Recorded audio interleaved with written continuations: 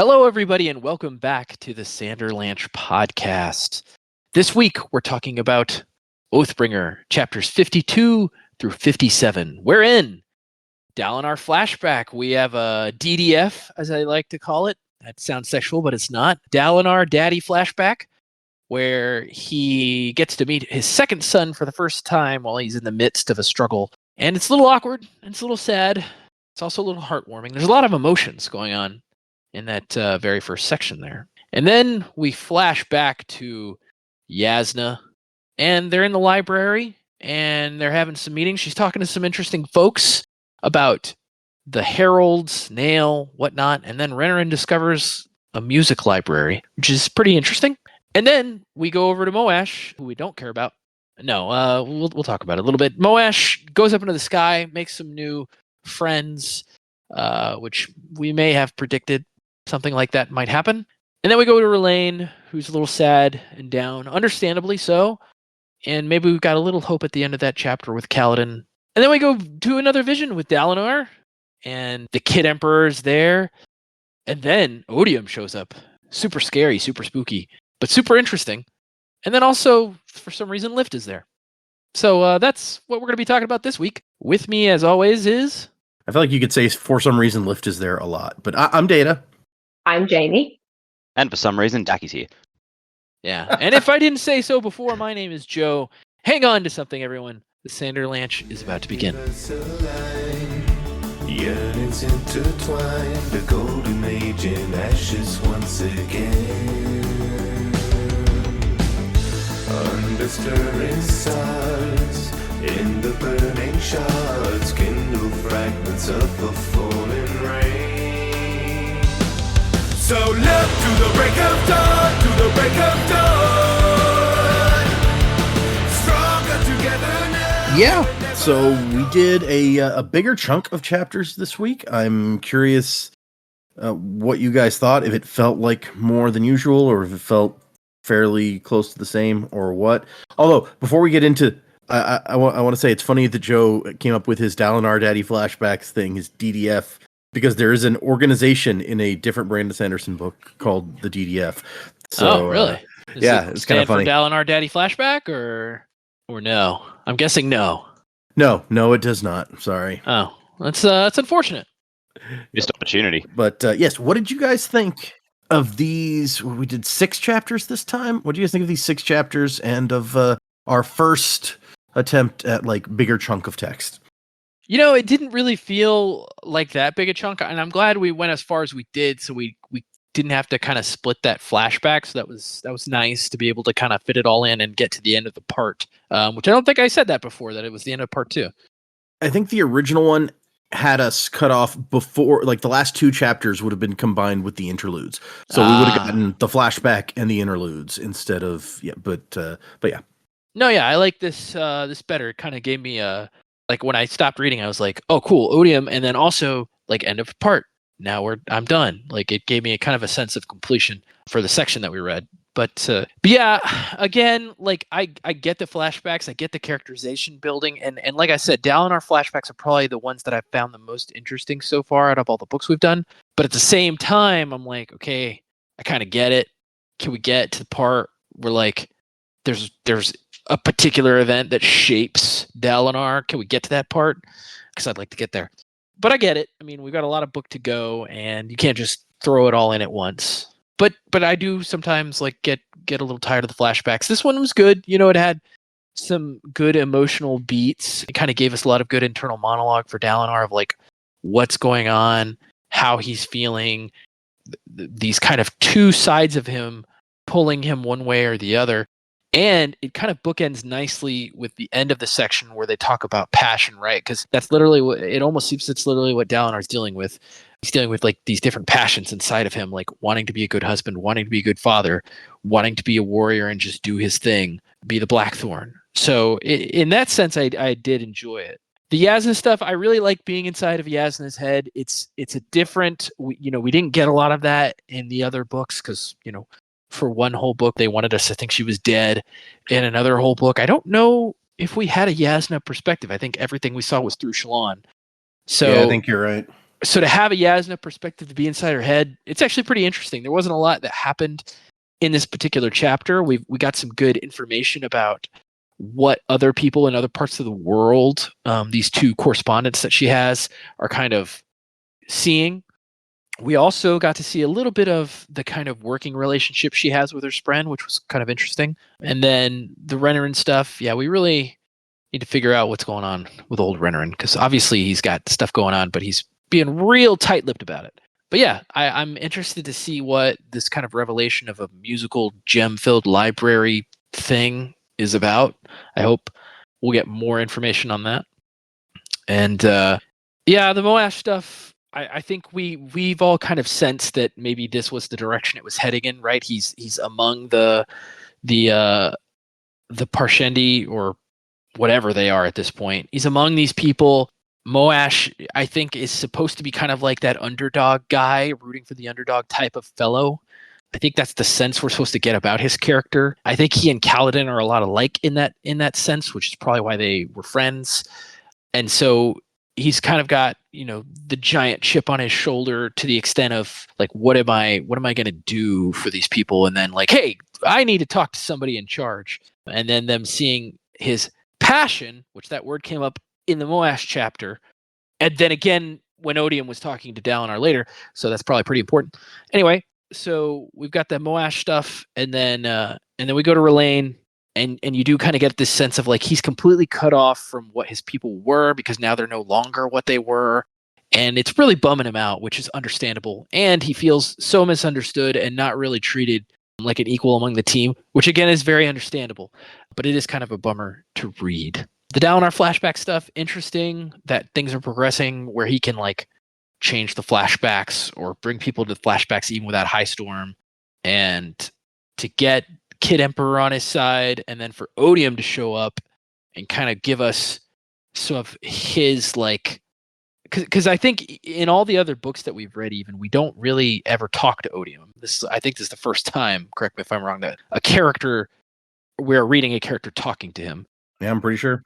So to get a glimpse of him and like what he, what form he's taken on, don't know if that's his true form or if it's just one he's showing to Dalinar. But to get that and to kind of hear a little bit about what he's about, and then for him to be kind of using some spooky powers on Dalinar, really cool way to end the part.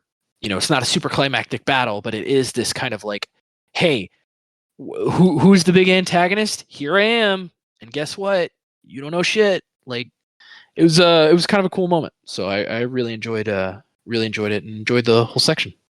Yeah, this is, and you've been talking for a while about like who's our bad guy, like, because Odium has been more of a like sort of nebulous force than anything else, and now we have a scene where it's like, hey, meet Odium, see why, see how you like him. How do you feel about this dude? Yeah. Also to find out from him that I guess the magic lady is cultivation. Also interesting. Yeah, cultivation. Interesting indeed. And I kind of get what you mean about the flashbacks here, where you're like, I'm ready for like something big to happen, like some big defining moment for him. At the same time, I feel like if we'd missed the birth of his son, or this section where it's like he's meeting his other son for the first time, I feel like I would have felt that we'd missed some important development, because we are starting way further back for him than we started for anybody else, right? Yeah. And so it's like these are some big integral life moments. Mm-hmm. I would have felt cheated if we didn't get that.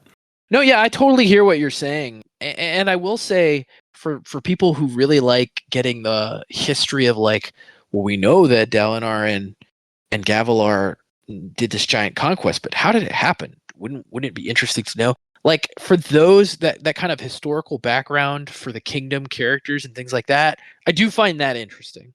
But because I feel like the chapters are more surrounding Dalinar, his thoughts, feelings, emotions, and what he's doing specifically, we just get like a little bit of the historical significance and more of the character, like, kind of turmoil, which is what it's for, right? But yeah, no, I understand what you're saying. Like, if we were doing flashbacks with Dalinar, but then we missed these moments in his life, it would kind of feel like, oh wow, we didn't get everything we could have gotten. So I totally get it. Also, we learn in this section that Moash is a singer's name, and so Yeah, I kind of skimmed over that just because I didn't really like get what the because you don't want significance. Well, don't hear about Moash. No. I really just like at this point, I don't know what the significance of that is. Is that significant other than the fact that the Parshendi are like, oh, we like that? Like, what's the? I don't know that it is significant, except insofar as like it almost feels like Moash had a different sort of name from other people, and maybe that like singled him out a little bit. Like Kaladin's name is also very different from most of the other people, like Rock, Teft, like these more simple, quick names, and so I feel like maybe that says something. I'm not sure what, but Moash's family committed cultural appropriation. Yeah, maybe. Yeah, who's in trouble now, Moash? Yeah, these were good chapters, and I think that end. I'm going to start at the back and work my way. Sorry, start at the end and work my way backwards. I really enjoyed the last chapter and meeting Odium. I thought that was very cool. And again, because you sort of like in a book where people don't talk to each other, you don't expect the bad guy to turn up and actually have a conversation with someone. So that was really good. I need to sort of think on that a little bit more, see what extra bits we might have got out of that, or go and read it again. I think I did kind of like that Lift was just hanging around in the background there, especially when he was like, "Where is the girl? I don't know where the girl is." Stormfather's going, "I don't want that girl here." And there she is. But cool that they're actually going to come to Urithiru, if nothing else, to try the food. I do love that's, and we shouldn't be surprised at this point that that's Lift's like qualifications. Like, wait, you guys have good food, right? And you personally, like King of Urithiru or whatever, you eat good food, right? Because I don't want to come there and get some crap. None of this military rations business for you. That's no, I'm not doing that. Yeah. Nice to learn about cultivation and the fact that we have actually met her before, which is cool. Lots to and now even more so I want to get to the encounter that they had, and that would be really cool. Going backwards in no particular order, Yasna, I do enjoy getting her perspectives because we didn't for so long, and to sort of be in her head while she's watching Renarin as well, because we know everyone else is kind of like what's going on with Renarin, having that conversation with Bridge 4. We're very acquainted with Shallan's feelings about Renarin, but for her to be watching, it's like I don't know what's going on here. Like I don't know who Yspren is and all that sort of stuff. So I think it's quite clever for her to go to Shallan and go, I want you to draw them for the record, and maybe then Renarin will actually be able to show people what his friend looks like. Mm-hmm. And I know there's talk about, looks a bit like a reflection and all that sort of stuff. So it's a bit different, but yeah, it sounds hard to draw to me. Yeah, but maybe there's just something else there that like we're not looking for, the other characters aren't looking for. I don't know. Mm. But that would be like, hey, there's a way to find out what's going on. Take the scholarly approach and actually just go and ask, be direct. would be interesting and very cool. So that's fun as well.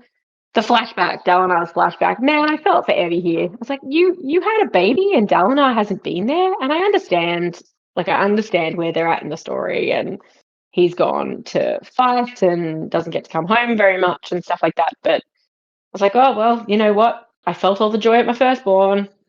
Guess my secondborn's not quite the same. The heir and the spare. So I did feel a bit for Renarin here as well. I felt a bit for Adolin as well. He's trying to impress his father, which he did, but then he's also like, actually, I don't know who you are. Like, are you my dad? Yeah, you're my dad. I don't remember. And having these characters be so involved in each other's lives now, like Adolin is at an age there where he would remember that his dad wasn't there. So that was, that's a bit sad. They're obviously, where they're living and in wartime and all that sort of stuff. Like I get it, and I'm sure Adolin gets it. and that would just be normal that your dads would leave. But, you know, for Evie to be like, no, other spouses get to come, like, dude, what gives? I have these 2 children and you are not home and you are not helping me. And, you know, as a mum with 2 young children, yeah, I get that. Like, Jack, if you went around because you were off fighting somewhere, I'd be super pissed. Yeah, so I kind of was there with her. But there was a lot to unpack there, you know, the fatigue of the battle and everything that's going on, and he just wants some space. And yeah, then you've got this whole other life. It's like the 2 lives of Dalinar. A lot going on there. Yeah. Moash, dear Moash. A little worried about his inner monologue telling him, it's okay, you're fine, you didn't do anything wrong, don't worry, Moash, it's all good. That's a bit terrifying to me. And yeah, I like we saw it coming that he was going to befriend the Parshendi, the fused. It's not looking good. We've kind of tossed between he'll be on their side or he'll then turn spy and go back to Bridge 4. But I don't know, between this inner voice and then other people being like, good on you, mate, like, and things are better on this side, I'm a bit worried about where that's going. I think he could be very dangerous. And we already saw what he was going to do to people earlier. Now on a bigger scale, on an angry scale for him. I think that's going to be a wild time. Yeah. Yeah, no, that may be. I'm not going to disagree with you there. It seems like that might be a wild time. That's good. That's a good descriptor. I like that. Sorry, some of the stuff you said about the flashback really got to me because it's like, yes, it must be very hard. Presumably, Dalinar's like, you know, a rich high prince sort of guy. Presumably, she has help with the kids, but it's like, you know, Dad needs to be there. That makes a big freaking difference, right? So yeah. And it's like a cultural thing where they're out battling so much, it seems like, that often, yeah, the wives and kids have to come because otherwise you'd never see them. But exactly. It seems like she's not, because he freaks out. He's like, what, you brought them all the way to like the front lines? You didn't like leave them back in the city? So it seems like one of the reasons she's left behind is because she doesn't know the proper stuff, how you're supposed to do this, which how could she know it if you never bothered to tell her? Someone has to teach her these things, right? She's not from here. So also, I feel like she's been around long enough that she probably has some idea. You know, she may not like live that, but maybe if you had communicated, like there are letters, multiple letters that he just hasn't gotten around to having someone read to him yet. Oh, like, yeah, I know. How messed up is that? You know, I would be desperate too and be like, okay, it's not even that you haven't come home. You're not communicating. You're not doing, like, we know you're alive because we would know if you weren't. And, you know, everything stopped. Like, you take drastic action for sure. Yeah, maybe probably wouldn't bring my kids to the front of the battle. But for her to turn up, not exactly shocked at all. Yeah. Don't ignore me over here. I can be useful to you. You never responded when I asked you what to name our child. And yeah, like, come on, dude. Yeah. And I thought, like, I'm sure that Dalinar is turning that corner, but I feel for his character and development, having to go back and fight again. I think he said it was like 4 years back fighting. It's like, that's a real blow to where he was going, you know, becoming the family. Like, he was so happy and so proud when Adolin was born. Think about the dad that he could have been if he'd been given the opportunity to be around and raise him. And, you know, for Renarin as well, like, you kind of understand his perspective a little bit now. He's like, well, I'm here. And like, we've seen Dalinar is sort of showing up for him now. Better late than never, but it sounds like he wasn't there from the beginning and probably wasn't there after this in his youth as much. So yeah, feel for him. Yeah, for sure. And the only other thing is I was going to say is both you and Joe have touched on how interesting it is now. Our second time, I guess, seeing in Yasna's head. And is it 2 or 3, whatever. And she's such an interesting character. And part of it may have been that just in that first and second book, we never got the chance to see inside her head. She was like the all-knowing mentor figure or whatever, and then, quote, dead. But just seeing how like capable she is from inside her own head is really interesting to me. I personally, Yasna is a character that I really like, so that's part of it. But it's a character we seem to know so well, and then you realize we actually have no idea. We've only got other people's perspective of her. Yep. Up until this point, so I really like being in her head. I have a whole book from Yasna's perspective. That'd be amazing. Make up for lost time. So these chapters, like this was another one of those sections where it's like, okay, first few chapters, there's interesting stuff going on here. There's a lot to talk about, and then the last chapter just drives it all from my mind because holy shit, 2.5 chapters in, and finally we meet the bad guy. Yes, like so, big odium looks kind of like Mr. Burns from the description. I don't think I'd ever thought that before. Now, when we get there, we're gonna have to make that comparison. Okay. Yep.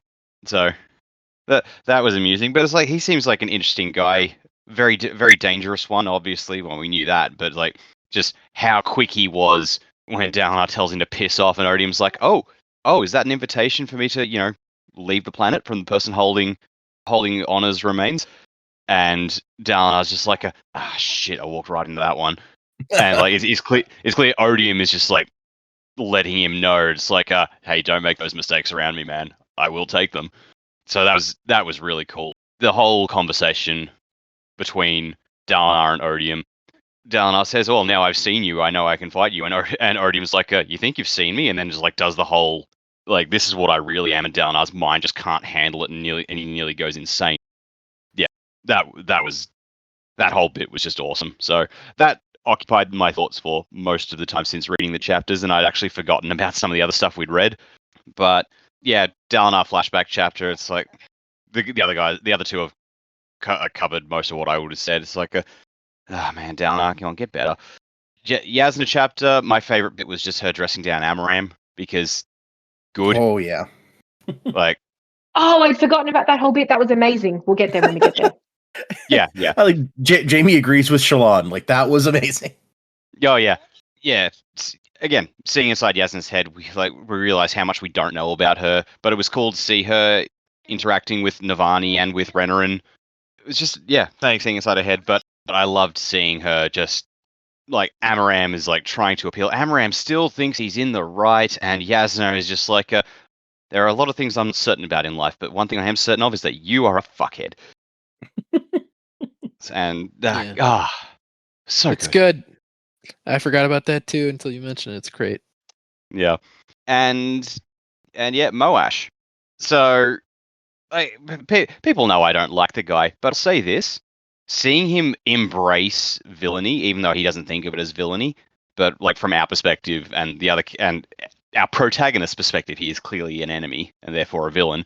This is interesting, actually. I'm all here for this. I like seeing Moash become like the dark Kaladin sort of guy. He's like, I'm going to train these people in the spear. I'm going to take the lessons the hero gave me and put them to use here. I'm just like, okay, this is interesting. I like reading this. This is cool. As much as Moash's internal monologue is all, oh, poor me, I'm right, I was never wrong stuff, I'm just like, you can go fuck yourself. But seeing him put it into practice and just like double down on helping the fused and the parchment and it's like, all right, I'm going in on this. I like seeing this. This is interesting. It's like, all right, you know what? You're doubling down. I'm here for it. Let's go. So if he goes full on like mustache twirl evil, are you going to be like, okay, well, I'm liking this character again? Because it's okay to like a bad guy. I wouldn't say liking him, but I'd say finding him interesting. Whereas before I just found him to be a bit of a whiner who was trying to appeal to Kaladin and just refused to consider other perspectives. That's all still there in his character, but what he's doing with it is different. He's not trying to be the subterfuge, like I'm going to go behind everyone's back and do horrible things because I'm right, but I'm still working with all the heroes. It's like, actually, no, I'm working with everyone that you guys hate, and this is what I'm doing now. I'm like, all right, I'm happy to read this. This is interesting, and like this is him going Darth Vader from my point of view, the Alethea evil. Okay, I can see. Yeah, I mean, he really does seem to have gone. I hadn't thought of it that way, but yes, from my point of view, yeah. No, that is on track. So yeah, it's like, do I agree I mean, I can't say I disagree with everything he's saying because we've talked before. Alethi Society, not great. Mm-hmm. But like how he's approached things in the past, don't agree with how he's done that. But you know what? It gives us someone on the Parshendi side who is a perspective character. And while I disagree with a lot of what he says, I'm interested to see what he does. That's fair. Yeah. I'm still not sure about. Okay, Lift fooled Stormfather, and now I either got ignored by or fooled Odium as well. I'm just like, what the fuck is it with Lift? How is she this powerful? But my impression of her was, that Simpsons thing where they're singing whatever the theme song is, and then Apu pokes his head in the window and goes, "For no reason, here's Apu." Like, that's Lift. For no reason, here's Lift. Yep. Okay. I like it. She, a little bit. Lift is weird. I think we knew that already. It's just that we have not before understood the depth of her weirdness. Yeah, and like, we need to know more. Maybe having her interact with our main characters will be a bit better. I don't know. We'll have to see how it goes. Like, maybe this will be good for a character. Maybe it'll be terrible. But we're about to find out one way or the other. about to find out at a rate we're probably in like 2 months. Yeah, I mean, it's like, hey, we'll come and visit you, but yeah, who knows exactly how quickly that's going to happen. We know that the Azish don't exactly do things quickly. Yeah. You got to fill out the proper forms. Mm-hmm. Okay, before we get into the actual chapters this time, I have one more thing that I want to talk to you guys about. Because we have now finished the section, we finished the epigraphs, and in this section that we read today, we got one whole new letter. And so I wanted to, throughout this part of the book, is it part 2? Yeah, throughout part 2, we got epigraphs that add up to 3 distinct letters. Okay. That seem to be Tahoid, from what we could tell, right? So I want to go over them, and I want to get you guys' thoughts on each one individually, and then I can use information Brandon has given us to confirm for you who each of these letters is from before we continue. So let me just read them flat out, and we'll do these one at a time. The first one was, "Dearest Cephandrius, I received your communication. Of course, I noticed its arrival immediately, just as I noticed your many intrusions into my land. You think yourself so clever, but my eyes are not those of some petty noble to be clouded by a false nose and some dirt on the cheeks. You mustn't worry yourself about race. It's a pity about Aona and Sky, but they were foolish, violating our pact from the very beginning. Your skills are admirable, but you are merely a man. You had your chance to be more and refused it. No good can come of 2 shards settling in one location. It was agreed we would not interfere with one another, and it disappoints me that so few of the shards have kept to this original agreement. As for Uli Da, it was obvious from the outset that she was going to be a problem. Good riddance. Regardless, this is not your concern. You turned your back on divinity. If race becomes an issue, he will be dealt with, and so will you." So that's the first letter. I don't know that there's a lot of clues in this one, but do you guys have any thoughts about who that might be? No idea. The only people we know would be either Frost or Endowment, because Endowment is the only shard we know of who settled on a single planet, as I recall. You settled on a planet by yourself? Yeah, I mean, maybe you're right. Yeah, and this one, is very clearly saying no 2 shards, like take one place, and every other shard we've met did a twofer, so except for Endowment. Interesting point. Yeah. Yeah, I don't know. Some of it sounded like Sazed, but with the noble piece, but Sazed wouldn't know. I mean, maybe because he has the power of shards, he would know the history. But it sounds like there's somebody who has history all the way back to Adonalsium. So, and then as you progress through it, it sounded like autonomy, but then parts of it didn't sound like autonomy because autonomy is basically trying to take over all of the planets, it seems like. So, yeah, that's a tough one. I don't really know. So this letter is in fact from Endowment. Nailed it.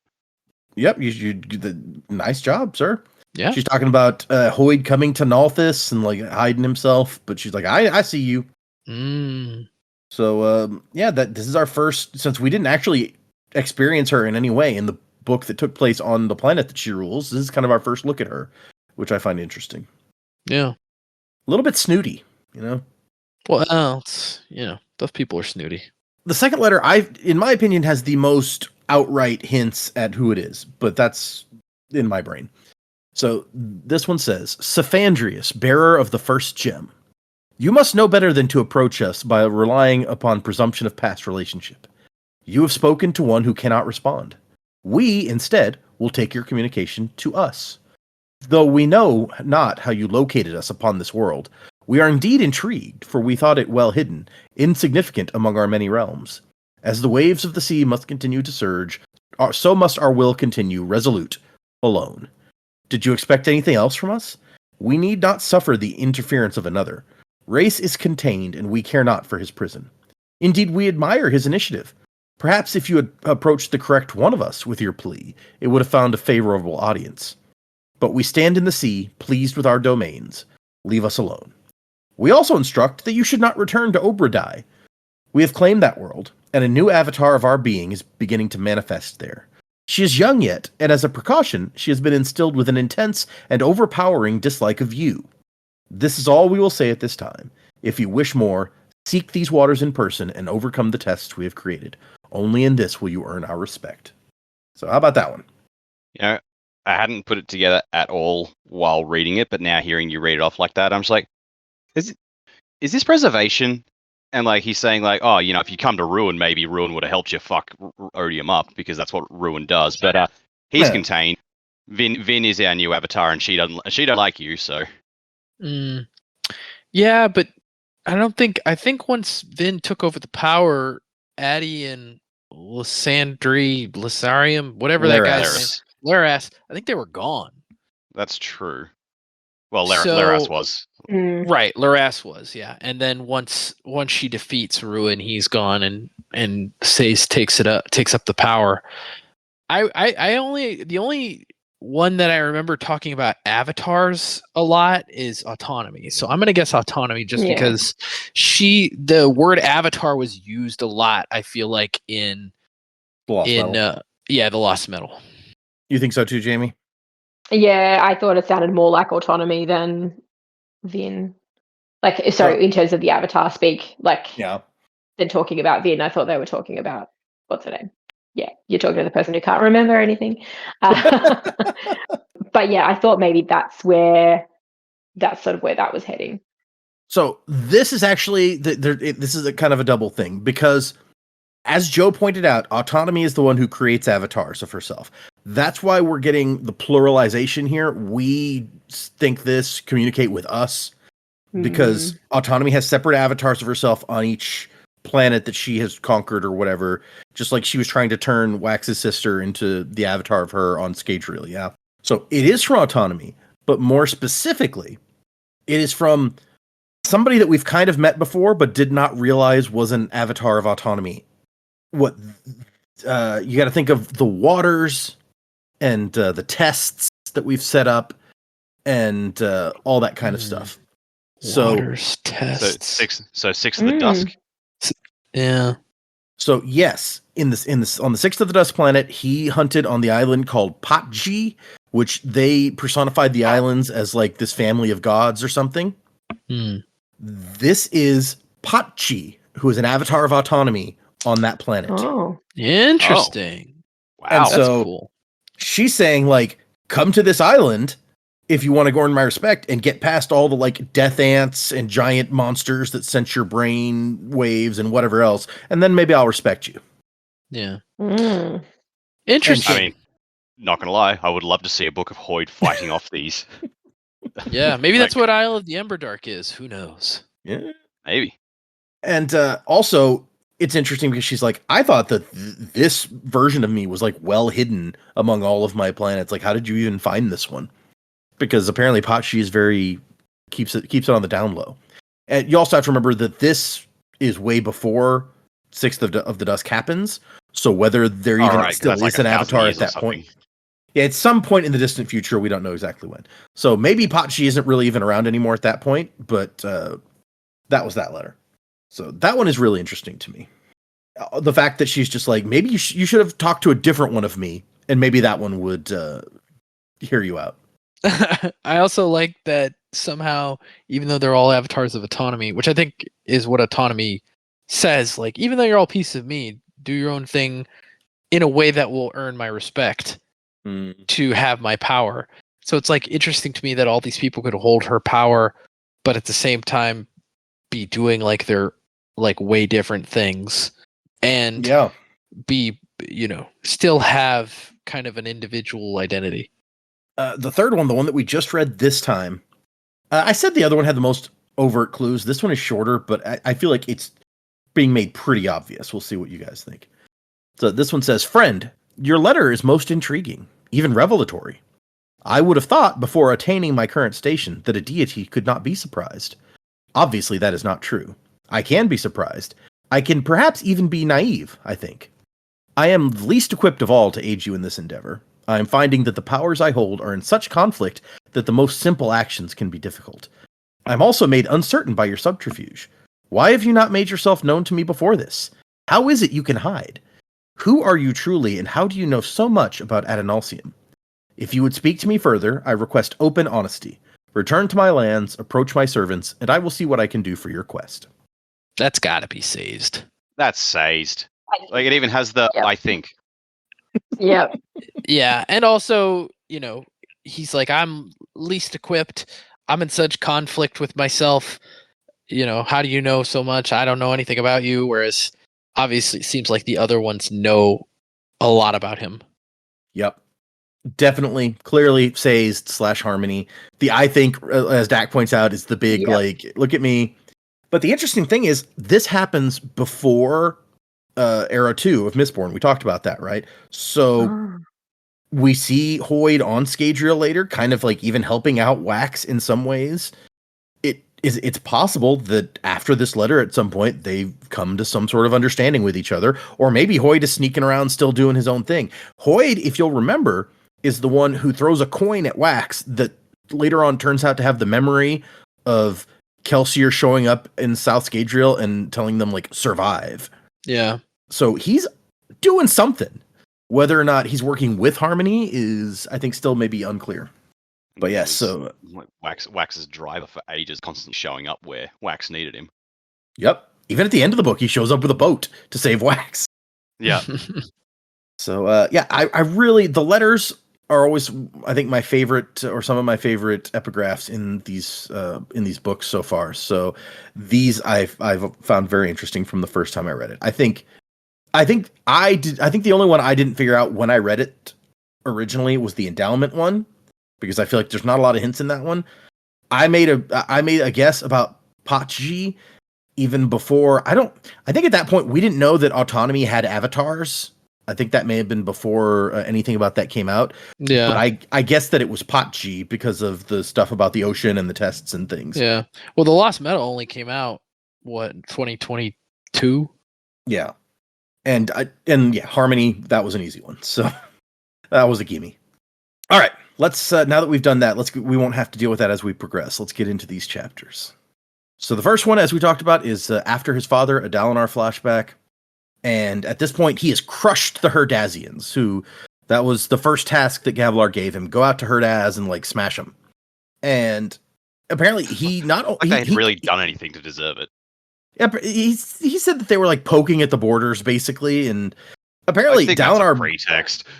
They always say, maybe. like, we always start our wars by kicking the Herdazians over. Like, the Herdazians, it's like, we're just here, man. Leave us alone. Apparently he beat them up so badly that it started a civil war, and so we don't have to worry about them anymore for a while. And now he is on the border with Yaakov and fighting back and forth with them. And he's just gotten back from a battle, and it was kind of a lengthy, tiring affair. They won, but it was a whole thing. Yeah, what was it? They killed like 2,000 of their men, and they lost 200 or something. It was ridiculous. Let's see. It was a complete rout. Yeah, we lost barely 200, and we got nearly half of their forces, 2,000. Yep. So that's a pretty serious beating that it's like the we took 10% of the losses that they took. And he's so tired that when he gets to his armor tent and they take off his armor, he's like, "Yeah, this is my meeting tent now. I'm going to sit here. Everyone else leave." But sir, we set the leave. And Kadash, who is bringing him the report, is like, yeah, I think we've pretty much destroyed this particular raiding group. Unless they send an entire army out to get us, then we pretty much beat them. And Donald's like, yeah, they're not going to do that. Their king is too shrewd to try to go start an all-out war. He just wants to see if he can pick up some cheap land, basically. And we find out Dalinar is having to become kind of a general.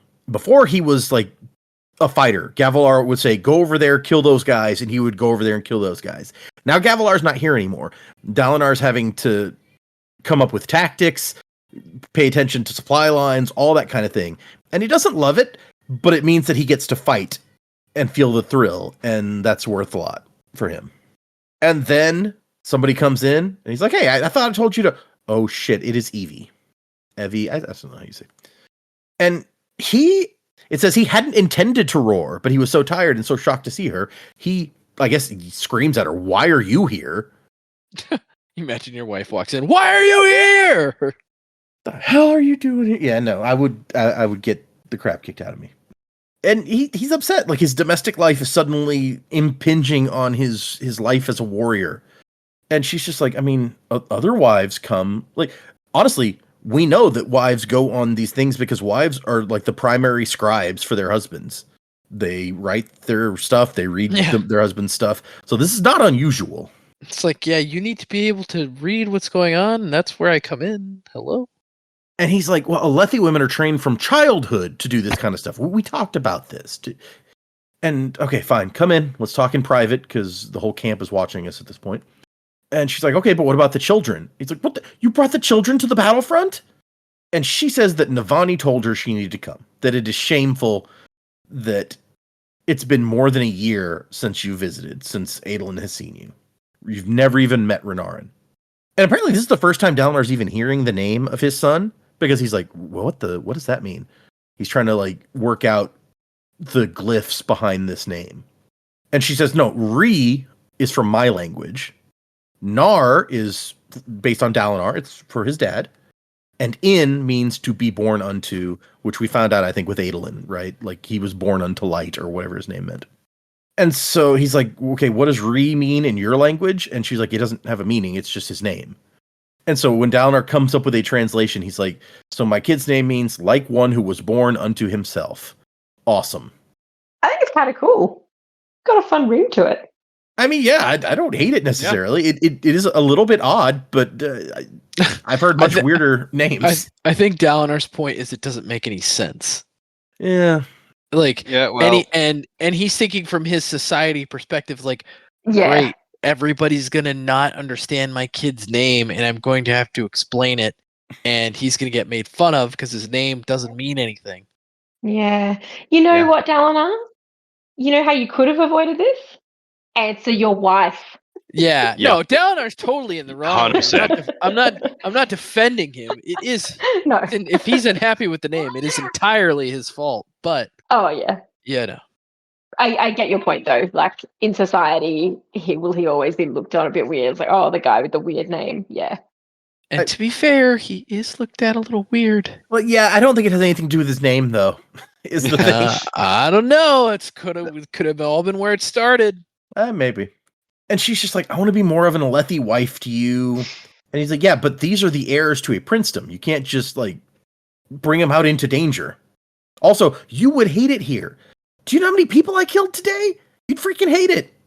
And she's like, I mean, you could let them surrender. And he's like, no, they're not here to surrender. They're here to attack us. I love that. I love how you feel for both of them, right? Because she's got this naivete to her where it's you don't have to kill him. He's like, no, I really do. and she's like, oh, really? I mean, you can't just and he's like, no, you don't get it. He's like, do you want me to ask every single man, stop and ask them if they want to surrender before I hit them? And she's like, oh, with that? No, that wouldn't work. I was being sarcastic. And so they go outside to see the boys, and he realizes Adolin's gotten big. Adolin's got his little wooden sword, and he's attacking the evil chulls. He's playing around. It's great. And then when he sees Dalinar, he has to look at his mom to be like, is this the guy? And she nods, and he gives Dalinar a salute. And she's like, yeah, he asked the best way to greet you, and I told him you were the generals, so he came up with this all on his own. And I kind of like the interaction where Adolin kind of hides behind his mother's skirts, and he's like, "Are you afraid of me? Not unwise. I'm a dangerous man." Like, it's kind of silly. And he's like, "You don't remember me?" And Adolin says, "No, I remember you. We talk about you every night when we burn prayers. So you will be safe fighting bad men." And Dalinar's like, "Well, I'd like to be safe from the good ones too, but I guess I'll take what I can get." And here's his brother. Dalinar is expecting a baby, but no, this is like a toddler. He can already kind of walk a little bit, which should make you feel like shit, quite honestly, dude. Yep, time flies when you're ignoring your children. And basically, Dalinar's like, "Okay, look, it's been a long day. We'll talk about all of this stuff tomorrow, okay?" And finally, Dalinar gets to sleep, and that's the end of our flashback. And then we get this. Joe mentioned before. He's like, "I thought this glyph page would like give me information, but it just is confusing." I don't know. I don't think that was on Mike. I think that's why I mentioned it. Yeah. Yeah. Before the podcast, I was telling Dana, I was like, I really liked this glyph sheet at first. I was like, oh, cool, info about the glyphs, and then I was like, I don't get it. It made me feel real dumb. So I listened to it and I was like, what is this dribble? I had no visual. I was like, what? Okay. Took me a couple of listens to really figure it out. You kind of need the figure visual. It out. It's still dribble, but I needed the visual to really put it together. And it doesn't say, but this feels very much like a Naz thing, because the whole thing starts out with him complaining about like having to get ink stains out of stuff, and he's like, next time send me somewhere more interesting. The secrets of the Calligraphers Guild are not nearly as cool as you thought. Can you imagine? It's just like, yeah, you sent me some really boring place. Next time send me somewhere better. And even looking at these glyphs, like he's making a point about how like the glyphs can appear very different and they evolve, but it is really hard to recognize from one to the next that this is the same glyph. Yeah. I don't get it at all. And I mean, if Brandon is the master of this universe and he understands every single glyph and he didn't just scribble this out and be like, look, here's some glyphs. Kudos to him, man, because I am not good at like understanding or even trying to think of create symbols that have a meaning of some kind. So this was not up my alley, and it was very difficult for me to try to wrap my head around. Yeah. And there's even a bit about how like some of these glyphs may be based on like they look like the animals that they're supposed to describe. It's like this one was this bat-like cephalopod, and you look at it and it looks kind of like that. And I was just like, this is weird. Yeah, that's like, I mean, it's almost like hieroglyphics, I guess, but at the same time, like, what? Why does it look like a bat cephalopod? What does that mean? But it's hieroglyphics that can be like change, like Dalinar, the colon like symbol or whatever that Dalinar uses has two glyphs on it, Kokil and Coke and Linil. But it's not just the glyphs. They changed the glyph to look like a tower and a crown. So not only do you have these shapes, but you can manipulate the shapes, and they still mean the same thing, but you can make them look like something else. It's so weird. Yeah, and if I understand from my very, very basic knowledge of Egyptian hieroglyphics, I think that was a thing in hieroglyphics too.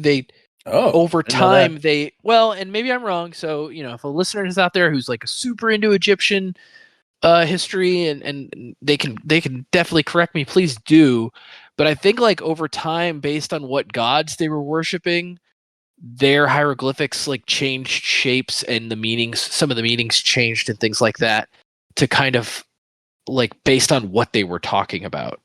But maybe I'm misremembering that. I mean, things do evolve, so maybe it would make sense. I really just want to point out one point of interest for me in here.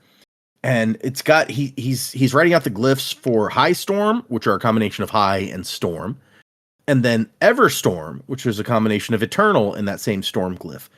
The glyph for eternal is apparently Kalak, who we know that is the name of a herald, right? But we were talking about like what Adolin's name means, what Renarin's name means, and it occurred to me that Kaladin's name, the first half of it, may come from this glyph, from the Kalak glyph, which means that whatever his name means, and I don't know what the din part is necessarily a reference to, the first part of his name may mean eternal, which I don't know what the significance of that could be, but it was interesting to me, and I thought I would point it out. Eternal Storm.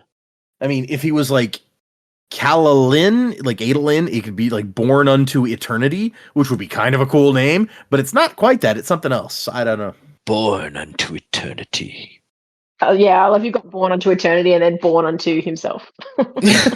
Oh, Oh, man. opposite ends of the spectrum there. Yeah, Yeah. for reals. I'm pretty sure my name means like God will increase himself, which is kind of interesting. Let's see. Joseph name meaning. I don't know that I've ever looked that up. May he add another son, or God has taken away my reproach. Interesting. God shall add. Huh. Okay, so it's like God may God add, or he will add, and the implication is another son, I guess is what this is trying to say. Interesting. Okay. Fun. All right. Our next chapter is the Yasna chapter. Such a twisted cut. And it starts out with what I find to be a fun story about an ancient king of Yaakoved who, within 3 months of becoming king, like had been, or was it within a month? No, yeah, 3 months. He ruled for 3 months. And in that time, his family tried to assassinate him 6 different times, which makes me feel like he must not have been a good king, but I don't know. Yeah, or maybe just not a good guy. Or maybe his family just sucked. Who knows? But yeah, it's like, I mean, based on what happens, I think he's just not a great guy. yeah, you're not wrong. I So don't it's think like anyone involved were particularly good people. Yeah. Almost certainly true. Yeah. His sister tried to kill him. His son tried to kill him. His cousin tried to kill him. It just kept going. And so I like sorry to interrupt you. I like how after the first like 3 times, they just kept trying. They're like, well, this time it'll really work. It's like, maybe you guys should stop because he's not getting killed on any of these attempts. Yeah, right.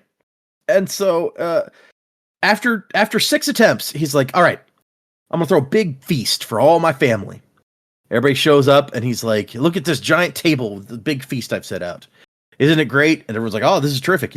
Yeah, you guys don't get to eat it. And he has his entire family executed. Yeah. And then he eats the feast himself and dies because he chokes and there's no one there. Which is just, it's ridiculous, but it's hilarious. Yeah. It reminds me of a story that I once heard. This is a true story, I think. This guy was a dentist at a prison, and he said he wasn't really scared because all the prisoners, they either want to go to the dentist to get their teeth fixed / looked at, or they're scared of the dentist because he's got needles and tools and stuff in their mouth and whatever. True. And so they would often treat a prisoner and they'd be like, wonder what that guy's in jail for. Let's take like a wager on what this person's in jail for. And on this one particular occasion, this guy came in and they're talking to him and they're like, yeah, man, how are you? And he's like, I'm a little down. They're like, why are you down? He's like, well, I it's going to be Christmas time soon, and nobody from my family's going to come visit me, so I'm just kind of down. And they're like, oh, that's too bad. I'm sorry to hear that, man. And so after he left, they looked up what he was in jail for. He'd killed his whole family. Well, that's a good reason that nobody was going to come to visit. Yeah. So he's a little down because nobody's going to come visit him because he killed them. So Yeah, no one's going to come visit me. I made sure of that. yeah, I'm down about it though. Yeah. I feel like, not killing his family would have solved a number of his problems. Maybe, Sure. yeah. He might not have gone to prison. Who knows? And you have visitors on the holidays. Yeah, Yeah. and you have yeah, exactly. I mean, I don't know what his family was like. Maybe he solved more problems than he created. I don't know. I don't Maybe think they that's kept true. trying to kill him. Yeah, it could have been. Yeah, maybe there were 6 assassination attempts, Yeah. and then he finally decided he had enough. He had a big feast, and then he didn't choke on his food. He had a great time, but then the cops came. You know what? Like it was a Christmas feast. That's why he thinks about it at Christmas. Oh yeah, I Ah. would. Yeah. It See, was, I was going to say I don't know how much on Australian crime, how much you're up on that at the moment, but a news story we've had circulating fairly recently was the lady who killed her entire family, or not entire family, a number of family members using foraged mushrooms, Oh. death cap mushrooms, in a Yep. beef Wellington. So Oh, in the Wellington. Yeah. No. Oh man. yeah, I have no, I'm not up on Australian news. I'm ashamed to say, but yeah, that is interesting. That's Yeah, a so dang maybe it was the shame. death cap mushrooms. How often do animal attacks happen in the news in Australia? Not as much as you think. No. See, I don't eat mushrooms, and this is just encouraging me.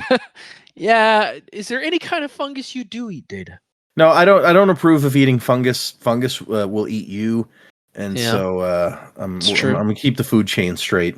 I'm gonna keep myself at the top of that food chain. Gosh darn it! This is not going to be a Ugh. circle. Yeah, I enjoy a nice blue cheese. I don't know if that counts as a fungus mold, but I enjoy it. Yeah, I'm not a fan of blue cheese either. It's good. Okay, sorry. Back to what we were doing. Sorry, that was a good. I like this diversion. I had to go look up this story about this woman, but the point Yasna is making is that kings, their biggest threat is often from within their own family, not from some external source. And she has gotten real good, she feels like, at protecting her family from outside threats, but it's harder to protect from inside threats. And we don't really get much information about where she's going with that, like what specifically she's thinking about, but it's on her mind. Meanwhile, they've turned that room that they found downstairs with the pillar, it's now become like science room where all the scientists hang out and the research various things. We kind of knew that from a previous chapter where they met down there. But she's impressed that Navani has like all the scholars working together. This is a place for research. And she's like, I tried for over a decade to get all these scholars working together, but everyone just wanted to talk about how I don't believe in their god. So I guess it took the end of the world to make them come together. And she's sitting in a corner looking at some stuff. And then she's like reading lips at the same time to kind of start gauging what's happening in the room. And there's, some talk here and there about different stuff. But then she notes that one of the storm wardens is like, that boy could be a powerful addition to our ranks. He shows interest in numerology and asks me if we can truly predict events with it. I'll speak with him again. And Yasna's like, Ivory, go listen to them. I got to make sure that Renarin doesn't fall in with this bunch of time-wasting idiots. Like, everyone has a really negative opinion of the Storm Wardens. Yeah. Like, everyone seems to hate these guys. I'm like, how do they even still have a job? Well, they do a very important job of figuring out when high storms are coming. So I think that's kind of helpful to everyone. Like, if that's such an important job, you'd think that'd get them a little bit of leeway. But no, everyone we've spoken to, except for Amaram, who we don't even like, seems to really be down on these guys. You're not wrong. I mean, to be fair, Shallan was down on the dude because she's like, that guy's a jerk. He acts nice around Dalinar, but he's really mean. Which, I mean, fair. Whether you're a Storm Ward or not, that's a fair reason. Yeah. Yeah. Yasna is for her, it's a little more intellectual. Like, these idiots. Which I guess that makes sense for Yasna. But... And so she's getting a conversation going for the first time since her return to life with two of her correspondents. One of which is a guy who is a pastry chef and keeps hidden the fact that he's also like this well-known, like he pretends to be a woman when he does all this research and stuff. And not many people know that he's secretly a guy. That's just kind of funny to me, is that dude is pastry chef, but also like a really great like historian and scholar, but he can't let people know about that part. It's manly to make pastries. It is not manly to do scholar. I guess like because he's not supposed to know how to read and stuff. Yeah. And the other one is actually a scribe in the Azish Royal Palace. So she's got like a contact in a high place there. Mm-hmm. And Ethid, who's in the Azish Royal Palace, is like, I think that we have a line on one of the heralds. Nalan, as you call him, or Naku the Judge, as we call him, which that's a kind of badass name for Nail, I have to say. Naku the Judge. He's gonna knock you down. I don't know why. It makes me think of like one of the Colossi in Shadow of the Colossus. I don't know why. Naku the Judge. Yeah, I could see it. Or he could be like a secret character on Street Fighter. And I love that this Jochi guy is like, oh, we're doing nursery tales now? Really? And she's like, in case you hadn't noticed, the Voidbringers are back, so maybe some of this stuff is worth taking a second look at.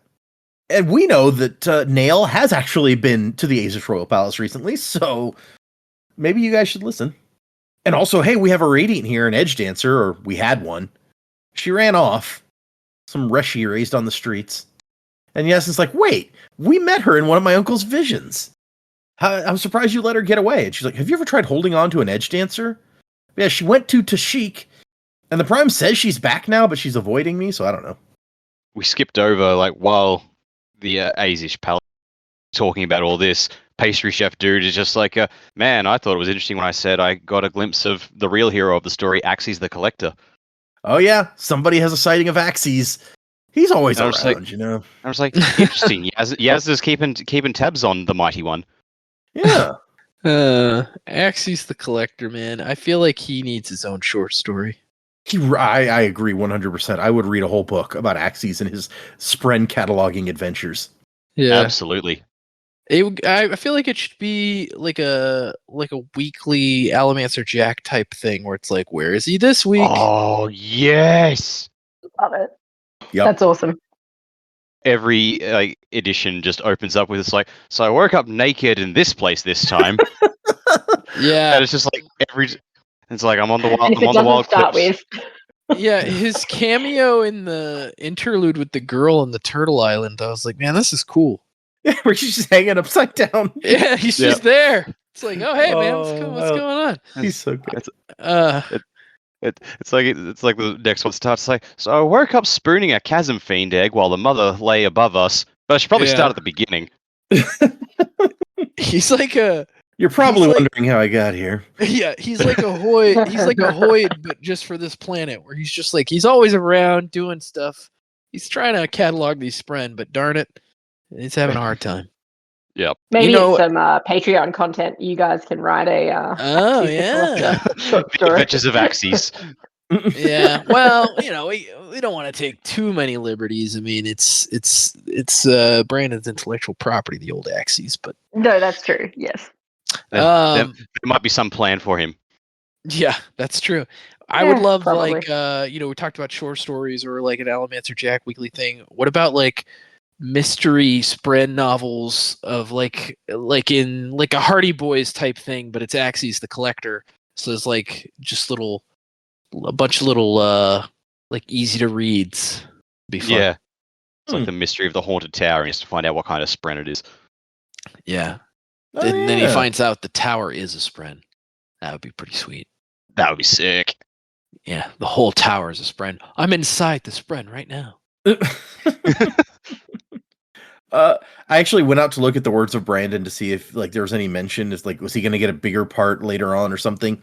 And several people have asked him in various years, will we be seeing more Axes? And his answer is generally, yeah, you probably will, but like little bits. So there's no indication that he's giving us, at least, that Yeah. he's going to have a bigger role. Come on, Brandon. Mm. More of Axes, less of everything else. Yep. Who needs this Kaladin guy? We got Axes the Yeah. Collector. We got Axes the Collector. Of course, if we had too much of him, maybe he wouldn't be quite so charming. Yeah, you're probably right. Yeah. It might be a lift situation where less is more. I feel like too much of Lift has already happened, and we don't even have that much. So It's like the unmade all finally converge, and it's like we don't know anything about any of them. We need more information. And Yasna goes, "I know a guy." That would be amazing. Yep. Oh gosh. Axes.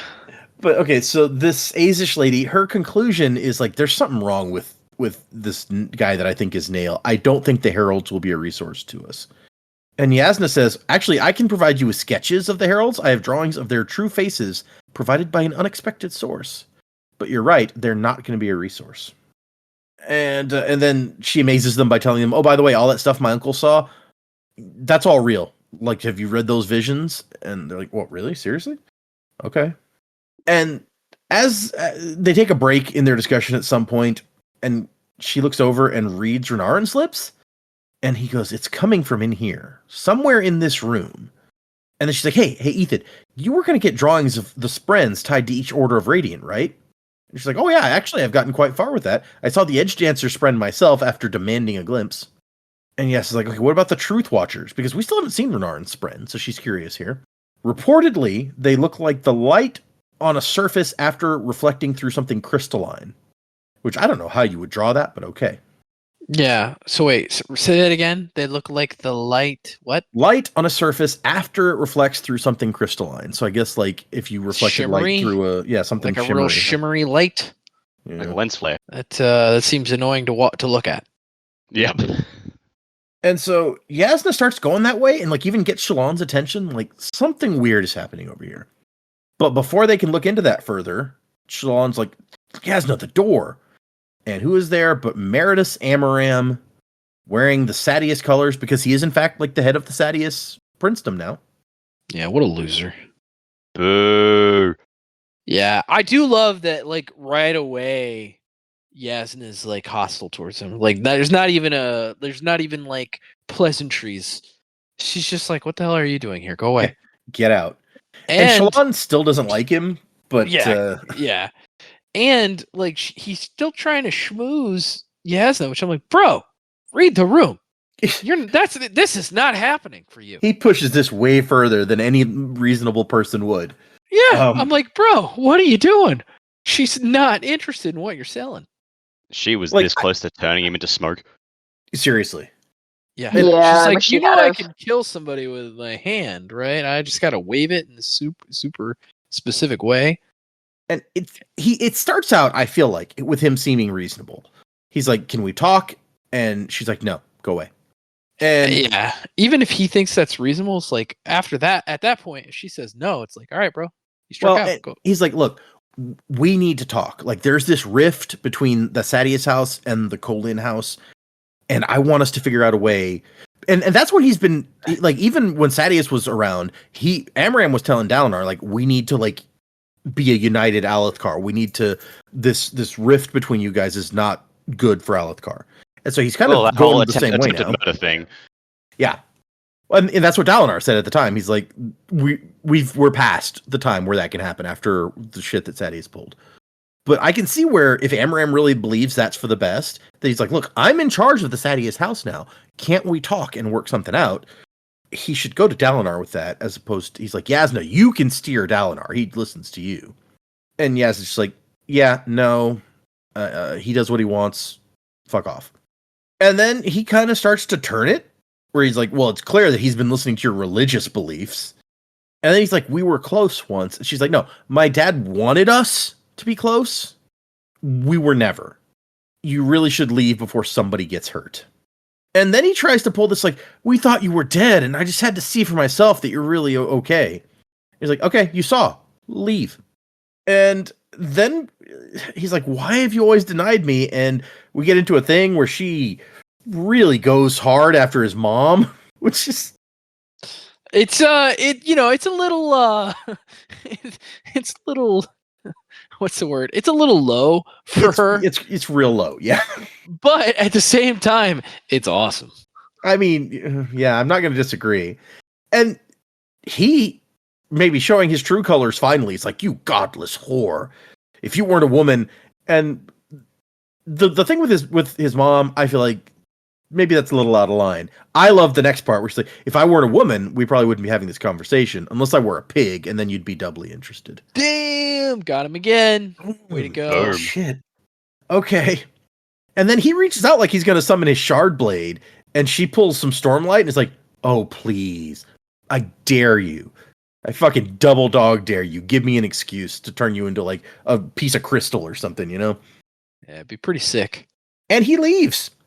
Well, yeah, wouldn't you?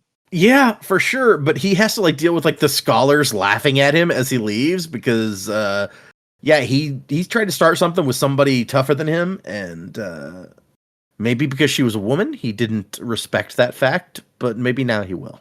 I also like how the scholars are laughing. It's like, okay, guys, what did you actually do? Why are you laughing at him? And Shalon is just like hand over her mouth, like so excited. And she makes like a squee type noise, and it's just like, that was incredible. You were so clever. Like, does Yasna know that Shalon also hates Amaram? I don't think she does, because Shalon doesn't talk to her. That's right, yeah. Not Shalon's anymore, like, at least. It's like, yeah, well, I also hate that guy. Kaladin also hates that guy. We can all bond over how much we hate that guy. Yeah. I mean, it's like, I'm not too fond of Kaladin either. Shalon now Wait, knows that common Amaram ground. didn't kill her brother, so like she doesn't really have a Oh, reason to hate true. him anymore, except that he's Amaram and he sucks. So Just on principle. Does suck. yeah, Yeah, just like He's why got a- we hate Moash. Yeah, like he's got a very Moashy quality to him, where he's like, it doesn't matter how shit he gets, he's still convinced. But I'm doing the right thing because Yep. I'm awesome, dickhead. He's walking Ichu has an around. internal voice Yeah. who's just going, "Don't worry, Amaram. It's not so bad. You're a good guy. Just Yeah, keep going. you're a You'll good be guy." fine." You killed You that know- kid's friends and took his shard blade that he won, but it's like, who cares? It was all in the name of the greater good. Of course, he hasn't loved you, and it wasn't just her dad pushing her into being in a relationship with you. Of course, Yeah. Who wouldn't love me? I'm amazing. But we're distracted from the conversation about this and about the fact that Shalon's going to leave with Elokar by Renarin. He like pokes a tile on the wall and it pops open and it's a drawer. And not only is it a drawer, there's like a gem inside, but it's cut in a weird shape with a hole drilled in it. And they're like, this doesn't make any sense. Why would anyone do that? Navani pops up and she's like, I mean, it'll lose Stormlight quickly and it'll vibrate like something fierce. And they put some Stormlight in it and it does start making like a noise. And Shalon is like, wait, there's a pattern to that. My Spren says that it's a code? Letters? And then Renarin says the music of language and put some Stormlight into the wall and a bunch of these things pop open. Like 100, 200, each little drawer with a gemstone inside. They found a way to keep their knowledge safe from the ravages of time in these gemstones somehow. Is it safe? I mean, fucking So- win for Renarin. Yeah, right? Yep. Although we're left Weirdo with the Renarin question, does it again. How Yeah. did he figure that out? How does he know? It's got to be his Spren. His Spren's helping him figure stuff out. I mean, yeah, for sure. And then we go to the Moash chapter, and we see Ken and Saw again, some parshmen who are with Kaladin, the two main ones actually, and they're cutting wood, and Moash is there, and he has realized that Kaladin Stormblessed is the reason that these guys are in this situation. And we find out that like the one person who had the kid, who was just trying to like keep their kid safe, like they took his kid. Like it's just fucked up, y'all. And Ken says, like, we were set up. They knew they didn't have enough humans to run the first assault, and so they found a reason to make us like fodder. What do we do about it? And it's like, I don't know that we can do anything about it. Like, these are our gods. We have to do what they say. And Moash is like, you know what? Fuck this. I want to go find somebody in charge, and we're gonna fix this. And so he just walks out. Moash channels his inner Karen, walks up to the Pasha, and is like, I demand to speak to your manager. I mean, essentially, yeah. But it's funny because like he has a rep. The overseer like sees him leave, and is upset about it, but doesn't do anything to stop him. The guards don't try to stop him. They're like, you don't mess with that guy. There's like, oh shit, that guy will Karen's beat back. you. Be like, just get the manager. Get the manager. And so he finds a fused, and he goes, I want to talk to somebody in charge. He's going all Karen, like you said. And the fuse just turns and looks at him and then grins and then just laughs and like falls backwards into the water and floats staring at the sky. And Mosh is like, oh, great. One of the crazy ones. Apparently a lot of them are crazy, which that's news and not good news, I don't think. But then somebody comes out of the air and says, little human, you are passionate and interesting. And Lady Leshwi will see you. It's great. Where do I find her? It's up in the sky. So this Lady Leshwi is one of the fused who can fly. And apparently when they're flying up here, it says that she's wearing like this outfit that drapes like several feet below her, which if you're not flying would be very awkward. Yeah, didn't they say like 10 feet or something? Yeah, it's something crazy. And she says, hey, you're interesting. Where'd you get your name? That was one of our old names. Like, it's crazy how it's drifted through all these centuries. And Moash is like, okay, look, I don't give a shit. You're one of the leaders? And she says, I'm one of the fused who is sane. As if it was the same thing. And she says, where did you learn the surges? When you killed me, you were lashed to the sky, but you responded with familiarity. I was furious to be caught so unaware. And he's like, wait, hold up. When I killed you? And this is the same person that one of the few that attacked him and Graves and that he killed. She's back in a new body offered to me in sacrifice to bond and make my own. Yep. A glorious new robot body.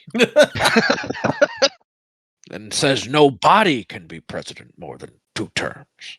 Yeah, he's got a new body. Yep, new body. And so he's like, he's kind of worried. She's like, my companion spared you. They thought I would want to get vengeance on you once I was reborn. But no, why would I want to destroy one with such passion? I've been watching you. I saw you like defending those singers. And he's like, why are you treating them like this so poorly? You're just going to sacrifice them? Like you're treating them like humans. That's messed up. And she says, do you think an empire is built without sacrifice? I breathe again because of their sacrifice, and this world will be ours because of sacrifice. And she's also like, so you're not mad that we took your shards? And he's like, nah, they were given to me by a man I betrayed. I didn't deserve them. And then in his head is like, no, it's not your fault. You aren't angry that we conquer you? No. Then what does anger you? What is your passionate fury? And he says, vengeance. And he's like, yeah, I understand. Do you know why we fight? Let me tell you. So we don't get to hear what she says, but it seems to have an effect on him. And he thinks thousands of years of being reborn. What would that be like? They've never given up in thousands of years. And then he gets a piece of wood and he walks back to those parchment and he goes, I can train you with these. And Ken's like, sticks? No, dumbass. Spears. I can teach you how to use a spear. And the parchment are like, you know what? Okay. So yeah, it's very interesting. Like you guys mentioned, he's like taking what Kaladin did and replicating it, but on the other side. Yeah, and not as well because he sucks. I mean, he was the best with a spear aside from Kaladin's. So yeah, in that way, he doesn't suck. But in other ways, I just say, how good a teacher is he though? Kaladin wasn't a bad teacher. That's true. Yeah, he's gonna come face to face with Kaladin eventually, and Kaladin's gonna be like, "Don't fuck with the Jedi Master, son." It's so Alone Together is chapter 55, and it is a R'lain perspective, which I think may be the first time we've had that. And he's thinking about like how, you know, the people around him can't hear the rhythms. And, you know, it's sad. Maybe the humans wouldn't feel so alone if they could. But he's thinking about how all his people died and how like this is what he has now. It's not amazing or anything. Like there's problems with what he has now, but Bridge 4 at least, they're cool. Not that they're perfect, but you know. And he thinks about, you know, it was just me and Scar, well, and David, who couldn't draw in Stormlight, and everyone had encouraged Scar and given him pep talks, but no one thought about R'lain. Maybe he would have liked somebody to encourage him. The Parchment and the Insane Man, people you couldn't trust as Windrunners. And apparently all 4 of the scout women, including Lynn, have been able to draw in Stormlight. So have some other men from other bridge crews, and Captain Kolot, the archer guy that we saw, the Light Eyes. And they're all out there training and working, and R'lain's still over here not. I feel like an archer with lashing power could be really deadly. Just like, see that guy over there? Yeah. Lash an arrow to him. Done. For sure. Yeah.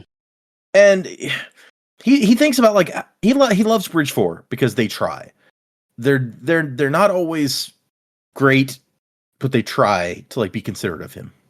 They don't even notice him a lot of the time, but when they do, it's positive. It's like, hey, R'lain, you should show those guys how a real bridgeman does a kata, eh? Kelek help them if we have to fight those shell heads, Eth said. And he's like, no offense, R'lain. And Olive Rock's over here like, R'lain is okay to throw things at Eth. He has hard head too, almost like he has shell.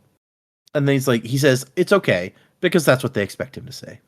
And there's a whole comedy bit where Eth really likes this drink that Rock has prepared, and he's like, oh yeah, that's the water that I boiled the Kremlings in last night. And Eth is very upset about this. Like, you ate the Kremlings? Well, yeah, but this is their bath water. Chilled, with spices. It's good taste. It's just like drinking gravy, dude. Yeah, I mean, I don't have the same problem he does, but it's still funny. Yeah. I don't have the same problem. Yeah, I mean, I don't particularly want to boil something and then drink the water afterwards, but I mean, you often use water, like you use pasta water with the pasta a little bit. Like you use the water you've boiled stuff in stuff. It makes man, sense. you must be better at making pasta than me. I don't do that. Oh, you're always supposed to retain some of the pasta water. But anyway. But do you drink the pasta water with added No. spices? That's fair. I mean, if it Yeah. tasted good, I wouldn't object to drinking Yeah. it. Maybe we should. Maybe we should. Like, what spices should we be adding to pasta water? That's a good question. If only we could consult Rock. Yeah, I mean, I do drink the milk after eating cereal, but I don't eat cereal that much anymore because I'm an adult. Yeah, me either. I haven't been able to convince the kids to try cereal with milk in it. They're just like, no, it tastes good. Why would I want to put milk in there? Because it's delicious. Yeah. Anyway, and Relaine gets kind of upset when they're talking about like, why are the Fuse doing what they're doing? Hey, Relaine, do you have any insight? And Relaine's like, why would I know that? Well, I mean, they're like your kinsmen. You got to know something about them. And Relaine's like, no, my people did everything we could for hundreds of years to not have anything to do with them. I know them less well than you, that they're my enemy more than anybody else. Yeah, so get off my back about it. And I love that when somebody else comes in and it's like, hey, maybe we should ask Relaine. Everybody else like, no, don't bring that up with Relaine. Shut It's not a your good idea. mouth. Don't do it. But Kaladin and the crew that he's taken out on patrol come back, and things are going well. But Kaladin's going to have to leave soon, and everyone's like, oh, we lose our powers if he's gone for like 20 minutes. So I guess we're done flying for the day. And then Scar's like, hey, so are we going to talk about Renarin? Like, he's hanging out with scholars and like learning.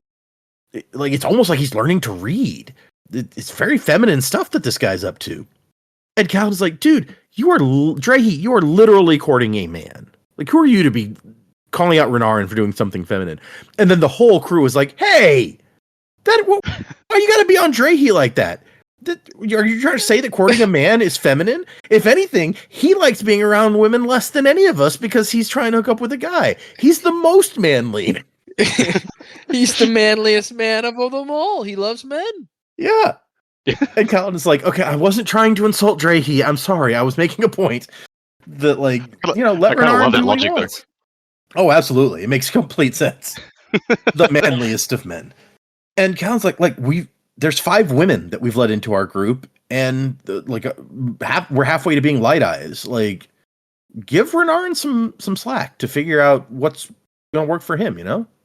And then Rock calls out, like, hey, like, over the last few weeks, most of you have come to talk to me and saying you don't feel like you fit in with Bridge 4. So, you know, maybe let's not encourage that sort of, isolating of people. He's like, how many of you came? And, like, almost everybody's raising their hands. And even Hobber, and Rock's like, Hobber, you didn't come to talk to me. He's like, yeah, but I felt it. Yeah, I thought about coming to talk to you, but, I didn't do it. Huio's over here like, I have trouble Alethi. Makes me embarrassing. Alone. Poor Huio. I love that one guy, Torfin. I don't even know if we've met Torfin before. I was going to say, I am certain we have never heard this name before. Who the fuck is this guy?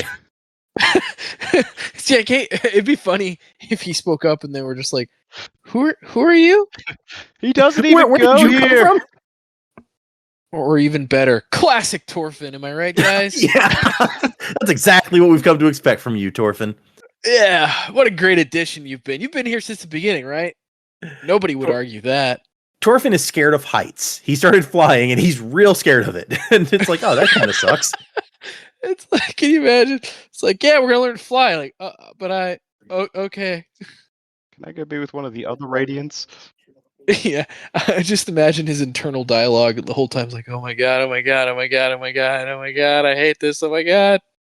Maybe we need to find a better place for Torfin in the organization. I'm just saying. Poor guy. Yeah. And so, as we're having this big discussion, everyone's like trying to encourage each other and stuff. And Relaine's like, I mean, nobody's asking me how I feel about it. Like, I'm the only one here who's an entirely different species, and they all feel like they're outsiders. Which I feel like Rock just gave him the opportunity to say how he felt about it. But that's what I was going to say. It's like the others spoke up to say, hey, here's how I'm feeling. You can do that too. Like, these are your friends. Yeah. Yeah. It's like I empathize with how Relaine is feeling, but like it's throughout the chapter, I'm just like, you could say something. Right. And I think that's what we get to at the end of the chapter, right? He's like, do you actually want to hear it? Because I think up to this point, he's thinking they don't want to hear what I think or what I have to say or how I feel. And Kaladin's like, no, I mean, I do want to know. Like, I'll try to understand. I feel like Kaladin's exposed to it because like he he says to Relaine, "I know how you feel," and Relaine's like, "Do you?" And Kaladin's like, "Right, that line didn't work for the other Parchman that I spoke to." I Really forgot got- about that. You're right. I really got to temper that line. I know how you feel, because turns out I actually don't. Yep. Oof. But Kaladin, he goes, you know what? You're right. And he pulls over a bucket and puts it upside down and sits down. He's like, "Can you tell me how it feels?" And Relaine goes, "You know what? Yeah, I'll try." So it's kind of a sad chapter. Although I agree that Relaine, some of it is speak up for yourself, my man. I can understand. I probably wouldn't want to either, because that just draws more attention to your differences. Oh yeah, it's like from the outside looking in like this, it's easy to say, man, you got to advocate for yourself. But like we've all been there, where it's like I need to speak up to make myself heard, but I worry what will happen if I speak up, so I don't. Like, been there. In that way, I think the chapter is really well written because it is so relatable, even though he is a weird alien crab human. But Hey, don't say that about Relaine. What a dick. at least I didn't say, like, he's so odd. That Renarin Relaine guy. Yeah. now you're saying Relaine. But yes, it's like a kind of an uplifting moment to end the chapter on. And I'm like, you know what? I hope that you can make yourself understood here. Yeah. I hope Kaladin and Relaine become the two best friends that anyone ever had. And so we end our section. Our last two chapters are Dalinar's Dalinar's vision. He's brought Navani and Yasna in again, and this is the one at Feverstone Keep where the recreance happens, where the Radiants lay down their weapons. And Yasna and Navani are instantly, in scholar mode. Like, it's all bronze weapons, and Yasna goes, and this armor is soul cast. You can see finger marks in the metal. So she decides, I think we're 2,000 years ago. Those are Haravangian swords, and look at the architectural stuff here, and the dye being used on these cloaks. I'm pretty sure that I can place this time period. And I love that she calls out, that means that the Recreance is a little more recent than Masha, daughter Shaliv, had it in her history. Like that's where her mind immediately goes. It's like, okay, that history book was a little bit wrong. I can fix that. And she thinks maybe it's during the False Desolation, which is considered a legend now, like something that didn't really happen. But maybe that's wrong. And Navani's like, you know what? I'm going to go figure out where this Feverstone Keep is if I have to bully one of these guys into drawing me a map. We're going to figure this out. And we have Yanagon, or Gox, whatever you want to call him. He's in this vision again. And he sees Dalinar. He's like, do I have to fight today? Or I'm getting real tired of these visions, dude. Yeah, man, I'm just trying to sleep over here, and you keep making me have these weird ass dreams. It's like, even when I go to bed, you expect me to work. Come on. I'm just a kid, man. I'm just a kid with a wacky dream. Man, I died and got woken up, and now my sleep is invaded by dreams. Like, fucking hell, I can't catch a break. It's true. Yeah. I never thought I'd say this, but kind of wish I was dead. They watch the Radiants lay down their blades, and the kid's like, why did they give up? And Dalinar says, I don't know, but I can guess. Like, stuff became about politics. They lost sight of what their goal was, like protecting the people and all that stuff. And Yanagon, for his side, it's like, look, you think that I'm important. I get that. And Dalinar's like, what? The Azish Empire is really important. Like, you guys are a big deal. He's like, well, yeah, Azir is. I am not. I'm just like the kid that they put on the throne because they were afraid the Assassin in White would show up again. And Dalinar's like, well, what about the miracle that they're talking about? The proof that you were chosen by the heralds? And he's like, no, that was Lift. Yeah, I didn't actually do anything except for not die. And the Viziers are scared of you, more scared than they are of the Assassin, he tells Dalinar. He burned the Emperor's eyes, but Emperors can be replaced. They're afraid that you're going to destroy our entire culture. And Yanagon's like, so Lift doesn't trust you? She says, because you act so righteous, and that anyone who acts like you do is trying to hide something. And then he gets distracted by Honor or whatever, the representation showing up and being like, saying his spiel that he says in this particular vision. And Dalinar expects the vision to end, and then it doesn't. And he's like, what's going on? Stormfather? And he gets no reply. And then there's a guy standing there in white and gold. So here we go. The man was old, with a wide, furrowed face and bone-white hair that swept back from his head as if blown by wind. I mean, Mr. Burns is bald, right? But it's he does have the white hair that's kind of swept back away from the hair that he does have. Yeah, he's got a little bit. Yeah. Thick mustaches with a hint of black in them, blended into a short white beard. So that's not very Mr. Burnsy, but It is from the casino episode where he went full Howard Hughes. okay. So And- Casino Burns, got it. Yep. We'll take the spruce moose. Hop in. But sir, I said hop in. Yep. Classic. Got the Kleenex boxes on his feet. Yep. Yep. So this guy also has a crown and a golden scepter. And Dollar's like, wait, I know you. You're him. You're God. I think I missed out on the crown part before. This Oh, guy yeah? really thinks a lot of himself. Oh, for sure. Well, I mean, Downer says you're God, and he goes, yes. Someone asks if you're a god, you say You yes. say yes. Exactly. Yeah, he's seen the movie. Downer says, where have you been? And he's like, I've always been here with you, Dalinar. I've watched you for a long time. And he's like, wait, you're not the Almighty, are you? Honor? No, he's really dead. I'm the other one. They call me Odium. And that's the end of that chapter, which would be very dramatic place to end, but we get one more. That was a massive oh shit moment. I mean, Yeah. did you guys know who it was before he said who he was? Or what were you thinking? No. Clue. I was just like, I thought it was Frost at first. I was like, oh, is that Frost? But wait, the mustache. I had no fucking clue. And so our last chapter is Passion. And Donald's like, holy shit, Odium. Odium's here, like right in front of me. And he reaches mentally for the Stormfather and senses something. It's like a sound of someone straining. He gets something heavy. No, that's a whimper. So the Stormfather is like cowering and whimpering in a corner because Odium has shown up.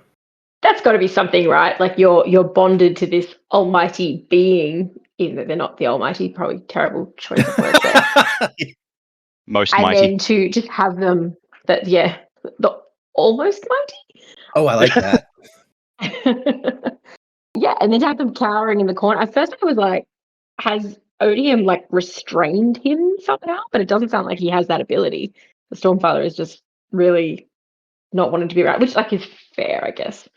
I feel like stand up for yourself, dude. Just be here. Be uncomfortable with it. Be accepting that you're uncomfortable with it. Yeah. Where's that sass and sarcasm now? Mm. He says, as the person who managed to take the bin out while there was a huntsman spider in the garage the other day. Ooh. Yeah, I know, brave, right? Standing up to your enemies. That And is then something I got would ducked want to into do. Yeah, I'm very scared of spiders. So Well, and the huntsman spider, that's like, Not cool. terrifying. nah, they're harmless. They're big, Yep. but they're harmless. But they're I big. I once told Poet about those, and he's just like, I will never come to Australia. There's a spider there called a huntsman. I'm like, dude, it's harmless. And he goes, it's in the name. It hunts man. I mean, not wrong. Oh man, yeah. That makes me think of the time Poet also told me I could never play Skyrim in VR. I'd have a heart attack because of the spiders. Yeah, fair. I love it. Back to the thing. Odium decides to tell him, it's like, hey, actually, you're wrong about why the Radiants fell. There was like political stuff going on, but not more than at other times. They were honest men and women with different views at times, but unified in their desire to do what was best. Which is an interesting, like, Odium's like, oh no, actually, these were decent dudes. It seems weird to me that that's his perspective on it, given that he's the leader of the opposite side, but whatever. And Dalinar, instead of asking a question, which I feel like Odium's trying to open it up to that, like, ask me what actually happened. Dalinar's like, what do you want? Like, why are you here? And Odium just kind of like strolls over, sits down on a rock and chills and nods to the space next to him. I probably would have gotten the answer to that question and then asked him that, but I'm an inquisitive type. Yeah. And Odium's like, you've been placed in a difficult position, my son. He's really trying to get like this personal connection with Dalinar, it seems like. You were the first to bond with the Stormfather in his current state. You're deeply connected with the remnants of a god. And Dalinar goes, who you killed? He's like, yes, I'll kill the other one too, eventually. she's hidden herself somewhere, and I'm too shackled. And Dalinar's like, you're a monster. Oh, Dalinar, this from you, of all people? Tell me you've never found yourself in conflict with someone you respected. Tell me you've never killed a man because you had to, even if in a better world he didn't deserve it. And Dalinar's like, damn it, yeah, I've done that a lot, actually. And Dalinar starts to think, like, he tells Dalinar, just come sit down, man, it's fine, I'm not going to bite you. And Dalinar thinks, I should listen to this guy, I should hear what he says, even if it's all lies, like, I can get information here. He's got a point, but that's still a dangerous thought to have. Oh, yeah, for sure. What do you know of us three, Odium asks. And Dalinar says, honestly, I didn't even know there were three of you. More, in fact, but only three of relevance to you. Me, honor, and cultivation. You speak of her, don't you? And Dalinar's like, I guess. Some people identify her with Roshar, like the spren of the world itself. And he's like, yeah, she'd like that. I wish I could simply let her have this place. And he goes, well, so do that. Like, go away and leave us alone. And this is where Odium, like, suddenly shit gets real. He's like, is that an offer to release me from my bonds, coming from the man holding the remnants of honor's name and power? And Dalinar thinks, like, idiot! Just pull yourself together, dude. It's like, no, he says. And Odium's like, oh, okay then. Don't worry about it. These things must be done properly. I will go if you release me, but only if you do it by intent. So we established, I think all the way back in Mistborn, that in the magic systems in the Cosmere, intent is important. You sometimes you can do things because you intend to do them, and it's hard to do some of these things by accident. And so Dalinar's like, so what would be the consequences of me releasing you? Just while we're on the subject, he goes, well, I'd have to kill cultivation first, of course, and there'd be other consequences. And Dalinar's Why? like, yeah, couldn't you just go and not kill anyone? But also, it's like, what are the consequences? Well, I killed cultivation, and then there'd be more consequences. Such as... What are those other consequences? Would I die? Would my people die? I also like how he's like, couldn't you leave and not kill anyone? It's like, isn't that what your wife asked you, bro? Like, couldn't you not kill those people?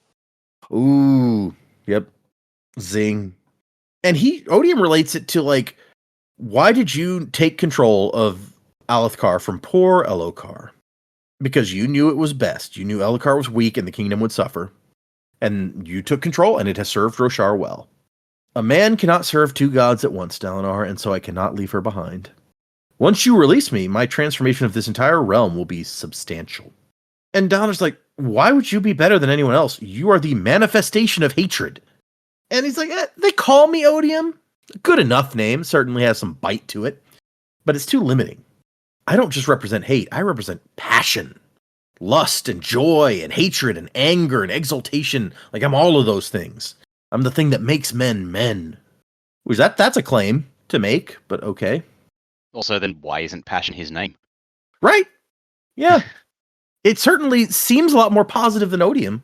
All the other shard names seem to have come with the connotations beholden to the name, like preservation, ruin, and we saw those getting passed from person to person when they took up the mantle. It was taking the mantle of ruin or the mantle of preservation. So Yep. why is Odium not his all-encapsulating name?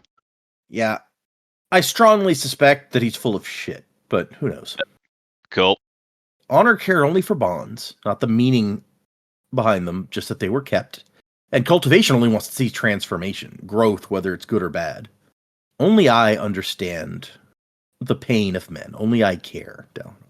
Which I could have, if cultivation only cares about, growth, like the growth of a disease is just as good as the growth of a person, that would be a dangerous god to, want on top. But I guess, like, we can see some truth to that because we know that, like, preservation was so obsessed with things not changing that he thought the Lord Ruler was a top bloke. So yep, he sure you did.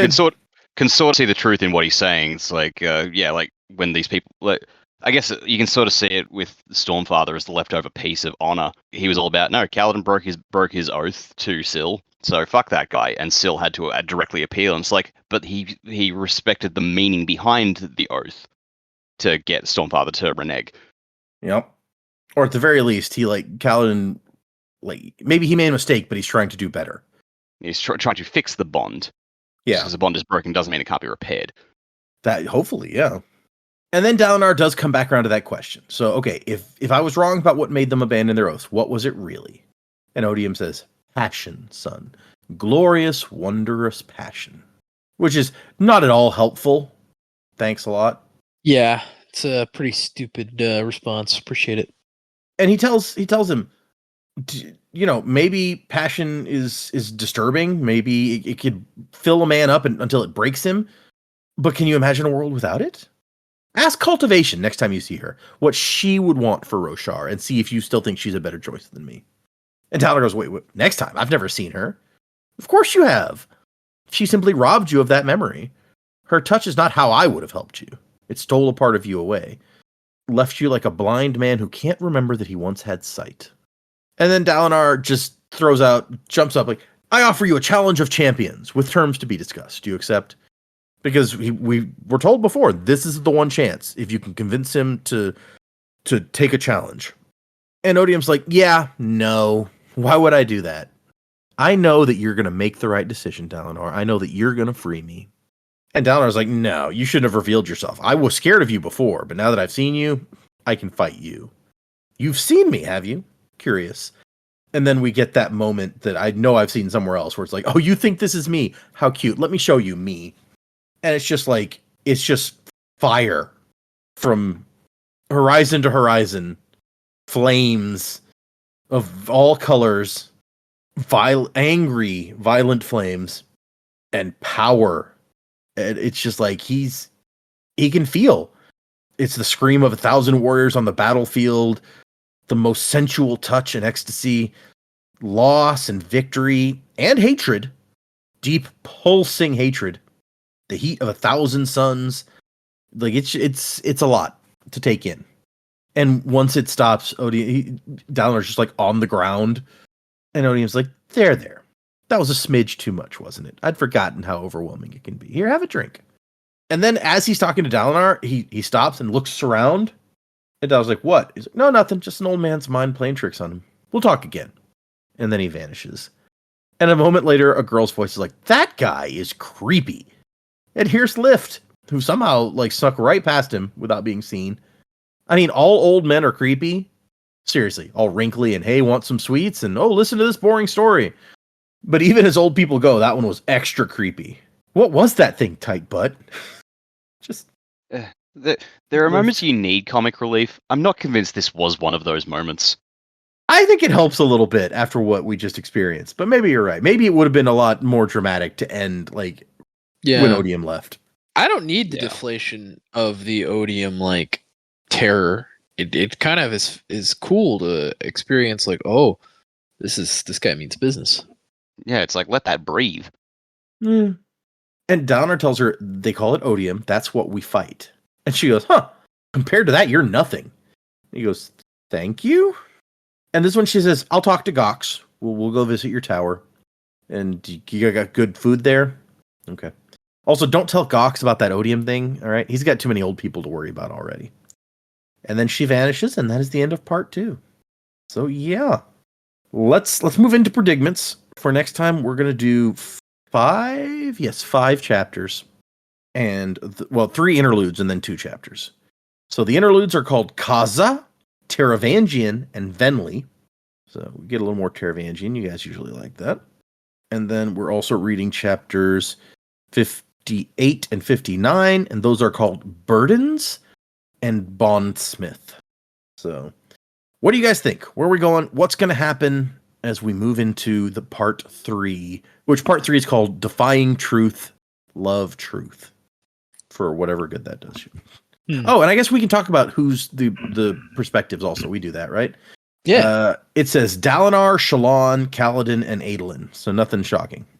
Okay. Yeah. Basically our big characters again. Okay. Yep. No Bridge 4 this time, though, which is a little bit sad, I feel like. Well, I don't think...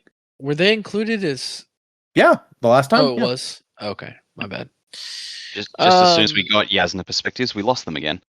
Yeah, and we had no Kaladin perspectives in part 2, except for him being part of Bridge 4, I guess. But yeah, now Yasna's back out. Man, where are we going? I don't know. If Kaza is a character we knew before, I apologize. I don't remember that name. No, I think she's new, or he. Okay. I don't even know. Well, you do know, but I anyway. don't remember offhand. Like, I haven't read that one in a little bit. So we've got that interlude. We'll meet a new character. Should be interesting. Oh yeah, Taravangian. We have a love-hate relationship with him. He's interesting, but he's evil. We're waiting for the other shoe to drop on that. So an interlude to see maybe what he's doing behind the scenes at Uruthero would be good, because from our heroes' perspectives that we've seen on Uruthero, they're completely fooled by the act he puts on. So it'd be interesting to see maybe behind the curtain a little bit while he's at Uruthero and see if he's up to something. Specifically there. Oh, and I said the last one was called Venley. I'm sorry. That is who the last one is. The last one is called This One Is Mine. Well, I don't know on that one. Burdens, I mean, could be Shallan. Bondsmith's got to be Dalinar. Where are we going in this part? Well, Odium's presented himself, right? Dalinar's not really still any closer to figuring out what he needs to do to defeat him, because it's like the one option he thought he was supposed to take and have. Odium's like, yeah, no, I'm not doing that. So we're kind of at this weird, like, what does Dalinar do for the overarching problem besides, like, try to bond the people together and unite them? How do they learn or even come to have an idea of how to fight Odium, right? So maybe that's what this part will focus on. I would assume that if they are going to go to Kholinar, maybe it will focus a lot on Kholinar as well and the conflict there. And so we've got a lot of things that can happen. I mean, this is still only like halfway through the book, so there's tons and tons of possibilities here. But overall, it would be nice to kind of get the Kholinar thing started. So hopefully we'll see that in this upcoming part. It does feel like about time that we got to Kholinar, right? We were building to it for at least all of part 2. So, and we got Kaladin perspectives again, so maybe that makes sense. As far as Dalinar goes, yeah, maybe this is where we set up how we're going to fight. That would be nice. We know that Queen Fen is willing to visit, and Lift says she's going to talk to Gox about it. So maybe we'll make progress on this whole let's get the world united around helping. That would be something, at least, even if it's not exactly a plan. Okay. In terms of the actual chapter titles, I'm not really sure what's going to happen in each chapter. Obviously, the interludes at this stage are probably not going to contribute a whole lot to our story, except the Taravangian one. I'm super interested to see what happens there, because, yeah, we all know he's been in Uruthero for a little bit of time now, and playing whatever game he's playing. I'd like to see a little bit more of that. Maybe a conversation with his primary aid person, scribe. What's her name? Adrotaja? Is that her? Yeah, Adrotaja. That's right. Yep. Yeah, so just like maybe, a bit of a conversation with them would be really cool. I'd like to see something like that. Venley, we're coming back to her each set of interludes in this book, it seems. So a bit more on what's happening with the Fused there would be good to get a bit of their view on what's happening. We're seeing a bit from the Parshman and obviously the Alethi, so it'd be nice to see what they're going through. Where we're going in part 3, I think from those perspective characters, realistically, we have to be going to see what's happening in Kholinar. So I can't remember who mentioned it in the story, but we were, talking about them departing in a couple of hours, like it might have been Kaladin or something like that. So if they're getting ready to move people around, we've got to be going there in this part. And that's where our Fused and Parchman friends are, and Moash are ending up. So that looks like perhaps where that journey is going to go. It would be good to see what's happening with like Dalinar and the other leaders. So getting Dalinar kind of separated from the other characters, because Shallan's gearing up to go, Kaladin's going, and I think Adolin was going. Yep, he sure is. As well. So yeah, it really leaves Dalinar without a lot of people, and to have a couple of Radiants go, maybe we get to see a bit more of what's going on with Renarin and sort of Yasna, even though from Dalinar's perspective, I think that would be nice to see a bit more of the Dalinar and Renarin thing that's happening. We know Dalinar showed up for him a couple of times, and obviously Renarin's got a lot going on with being a Radiant and he's all mysterious, and Yasna's very curious about what's happening with him. So I think it would be that's a trio I'd probably like to explore a little bit more. So I hope we do get a bit of that. Yes, there'll be, hey, I've spoken to Odium in this vision, and I think probably the next interaction with Dalinar I want to see is him and Stormfather probably talking through what just happened. That's a shared experience from them. So that's a whole lot more information that needs to be addressed there. Whether Stormfather will be so forthcoming, who knows? We know as well, like Stormfather and Yasna both have information that they're not willing to share yet. So hopefully something will come to light about that. You never know. Maybe Taravangian will get up to something in this next part. So start to see his true colours a little bit. But it would be cool if we could get some of these other world leaders together and sort of see the dynamic of them all in one place. That would be really cool. And there's lots of possibilities. There's a lot of book to go, but there's a lot of possibilities of what we might see next. I like what you mentioned about like we've just had this situation come up. Maybe Dalinar and the Stormfather can have a conversation about it and actually get some information. Do we think that it's likely the Stormfather is going to be any more forthcoming after this, or is it still going to be like pulling teeth, getting stuff out of him? Yeah, I feel like it's probably still going to be like pulling teeth a bit out of him, but I don't know. There's no one else here that's involved, and it's a pretty stunning confrontation. You know, how is Odium bound? What is that Odium able to do? Like Dalinar's got to have all these other questions, not to mention questions about cultivation and who is she, and we obviously know more about that than Dalinar does at the moment. We've got flashbacks to see coming through, but you know, to have Dalinar be able to talk to the Stormfather and actually ask these questions, because I guess I kind of didn't realize the characters didn't know so much. You know, they know. Sorry, Dalinar's line, and I didn't know there were three of you. It's like, whoa, how did you not know there were three? And I guess we've got a little bit more information there than our characters do. So it would be nice for them to learn a bit of that. And you know, you think they're preparing for this fight and they're getting themselves in a good position, and then you're like, oh, actually, you've got no idea what's going on. This is cute. Please continue playing your little game and let's see what's going on. Oh, it's so true. It's it's interesting to realize how little they know about some of the things, for sure.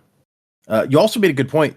We've talked about it before, how we're Moash and Kaladin and now Shallan. Not that I think Shallan cares about Moash, but we're heading to the same place. And now we know that Moash has decided he's going to train his own Bridge 4, Wagon 4, or whatever, as we said previously, as a spear unit. So does that change your thoughts on like what is it going to look like when these groups meet each other, if they meet each other? I mean, they're all going to be at Kolinar, so presumably. But yeah, what do you think? Yeah, I mean, I had thought before that maybe Moash would come back to Bridge 4 in some way and go, hey, this is the information that I have. But now he's been granted, you know, mercy to live and walk free effectively from the fused. He's already saying he's got it better. You know, I've got clothes, I've got solid boots, I've got sleep for a certain amount of hours a day, I'm fed. You know, so far it's very much looking like the grass is always greener over with the Parshman. I don't necessarily think that he would come back to Bridge 4. So when they do actually meet, I don't know that that's going to go like as well. I don't think he's going to expect a warm reception. The other guys probably would give it to him, but maybe he would like turn them down or do something against them. Like I think he's going to be very firmly in the enemy's camp now than come back. So I don't think it would be, I think it would be quite frosty. I think it would be potentially pretty nasty with Kaladin, even though Kaladin's got all these abilities. Yeah, it could get quite bad, but I don't think Moash is coming back. Okay. Yeah, that given what we've seen here, I can see that. Yes, I think Moash is very firmly in the, like, he's sticking with his new friends, the fused, at this point. like right at the end, I think is like of his section there. I think is the most important part of Moash's thing was like Kaladin is protecting a murderer. It's like at the end of it all, Moash is never going to come back to the fold based on that because he still hates Elhokar, and he will always resent Kaladin for protecting him. And we know Elhokar is going to be part of the group in Kholinar. So yeah, that's going to be the tipping point. Moash is doubling down on his backing off of Alethi stuff, and when he sees Kaladin and Elhokar together, he's only going to double down even further. Triple down, quadruple down, if you will. So that's what's going to happen as far as that goes. The Taravangian interlude, looking forward to his interlude because we've only really gotten that one peek inside his head, which changed everything. Well, no, sorry, didn't change everything, but it like gave us a lot more perspective. The change everything was when he met Seth in book 1. Yeah, right. So it'll be cool to see what he's been doing since he's been to Urithiru. I suspect maybe we'll see either Gorks or Queen Fen arrive in his interlude so we can see his thoughts on what he wants to do with all the monarchs, because he'll have his own plans for that. Oh, yeah. But we'll see how that goes. Long term, I'm wondering if he's like Amaram, where he's doing the wrong things, but he reckons he's doing it for the good of Roshar, or if Taravangian is all in on Odium or not. I don't know. Or maybe we know he visited the Night Watcher, so we know he met Cultivation. Maybe he thinks that Odium is the better offer than her, so maybe he's trying to release Odium, and maybe he wants to take down Dalinar and be the one to release Odium. Who knows? Maybe that's a long-term prediction, but I still don't know what to make of what Taravangian's up to. Yeah, don't really have much else. The other two have really covered a lot of. I had similar thoughts to what they were saying, but I think that we're getting into the meat of it. It does feel a little meaty. Yeah. Okay. I'll admit that like there was a while there in this book. I'm like, all right, we're 2 1/3 books into this series, and maybe not as much has happened as I thought would have happened by now. So I'm like, all right, let's get to the hectic shit. As for what Taravangian is after, there was one section that we read that I felt like gave a hint, and so I was bringing that back up. When we saw his perspective that time that he's strolling into Yakaved. Yakaved, when he's going to become king. He says, "Did I ever tell you, Adro, what I asked for?" And she's like, "Yes." And he says, "Capacity. Capacity to stop what was coming, the capacity to save humankind." And then, that is, I think, the biggest piece that we have. Yeah. I guess it's like we don't know really, like what does that mean? Because depending on what he believes, like he could mean saving humankind by unleashing Odium in some way. That may not necessarily be accurate, but it doesn't have to be. As long as he believes it's accurate, that could be true. True. The other bit is at the end of that section. He thinks that after he becomes king, I've taken the first step towards unifying the world, as Gavilar had insisted if they were to survive. Gavilar told him about his vision 6 years ago. He'd seen visions of the Almighty who was dead. "I'm doing my best, Gavilar. I'm sorry that I need to kill your brother." So, there's some tiny hints, but you're right. We don't have a good handle on, like, what is your deal, dude? Yeah, still no real answers. The dude is squirrely, like... Maybe he's trying to take the Shard's power. Maybe he's like, all right, Racy had his turn, now I will be Odium. He's like, I mean, I guess that would be a way to save them if you became the leader of the other side, and you're like, you know what? Hey guys, why don't we just not kill those guys? Wouldn't that be awesome? Yeah. All right, well, let's move into, we got a couple emails, we got a couple new patrons. So we'll do that bit. I'll do emails first, Joe. You can pull up your you'll need your review list also, because we got a couple of screenshots of some reviews here in the emails. Okay, we've got like 4 emails. We'll read a couple of them. This is going to be a longer one. This one is from Lindsay, and the title is it just Digimon? So, Lindsay says, "Hello, crew. Just got to the episode near the end of Words of Radiance where y'all discuss the the fact that the Stormfather is being some kind of jerk. And I had to write in to share thoughts I had on this back when I was a few chapters into Oathbringer. Maybe a bit of a niche reference, but it occurred to me that the Spren-human relationship and the realms, like physical, Shadesmar, is pretty much the Digimon, Digidestined, and digital worlds setup in Digimon. This came up as I was thinking about how cute and fun the main characters Spren are, except the Stormfather, who is a drag, and how it's like the cute Digimon companions were at the start, and then occasionally one would be so serious. Can't unsee it. Currently trying to decide whether I should start listening to your coverage of Oathbringer and inevitably catch up and have to suffer the gap between episodes, or if I should spend that time reading Rhythm of War and Wind and Truth, which I've not gotten to yet, for no good reason other than I'm daunted by them, and then binge the Oathbringer episodes once you're through the book. 5-star rating attached from a South African fan listening from Ireland, Linz, and she does attach the 5-star rating. So before we get to the rating, what do you think? I know Joe at least is a Digimon fan. So does it feel like Digimon? The big thing that's missing that is something exciting to me about Digimon is the evolution. They're not really evolving into different creatures. They develop for sure, but they don't evolve. Yeah, that's fair. I wonder if the Stormfather was a Digimon, which one he would be. Which one is like all superior and annoying? There's a lot of those. I don't know. You're like, well, now that you mention it, yeah. What about Taki Jamie? Digimon fans? I don't know. I only ever watched It may shock you. It may shock you, but no, I've never seen Digimon. Fair. I only ever watched like the series about the Tamers, that one, which I quite liked that. I don't think I saw that one. Yeah, I didn't see that one either. Interesting. That was like series 3 or something. I really liked it. I never saw series 1 or 2, and I saw a bit of series 4, which is the one where they didn't have a partner Digimon, they turned into Digimon, which was weird. That is weird. That is odd, yeah. And then I didn't get very far with that. Yeah. I just remember the English dub, trying to go back and watch it as an adult, and it's pretty hard to watch. Yeah. I haven't tried to watch that anytime recently. I do have positive memories of this from childhood, but also a lot of them are actually more about the game.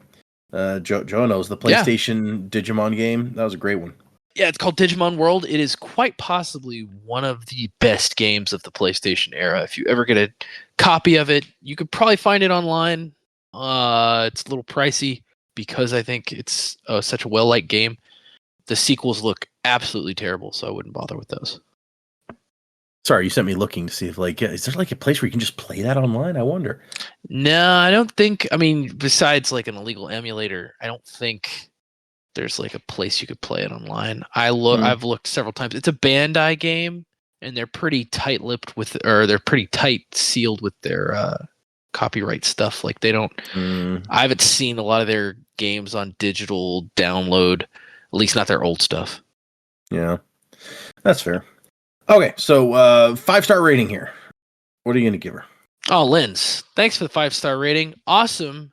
I would be interested to know your history, how you came to be in Ireland from South Africa. I would love to know that. I had a teacher in high school from South Africa. He was, I'm not going to say jerk. He just wasn't super nice. He wasn't a super nice guy. Lovely accent, but not a super nice guy. So I'd love to know your history. You sound like a great person. You soothed me with that 5-star review. So I'm gonna make you a soother. Very nice. Thank you, Linz. Okay, let's do one more. We can get one more. This one is from Finn, and Finn has been helpful enough to send us a little bit of information that we were asking for. So the title of this email is Herdazian Dictionary. It says, "Hi gang, been really enjoying the podcast, and I appreciate the crew for hanging in there for these crazy long books. Not sure if y'all are big tabletop RPG people, but I've been going through the Cosmere RPG Stormlight books, and they're pretty awesome. One of the books, the World Guide, is basically just a lore encyclopedia for Roshar, though newbies beware, there are a ton of spoilers in there all the way through book 5. I thought I'd attach this snippet given the recent discussion about Goncho and Hooch, which the definitions for which are given here.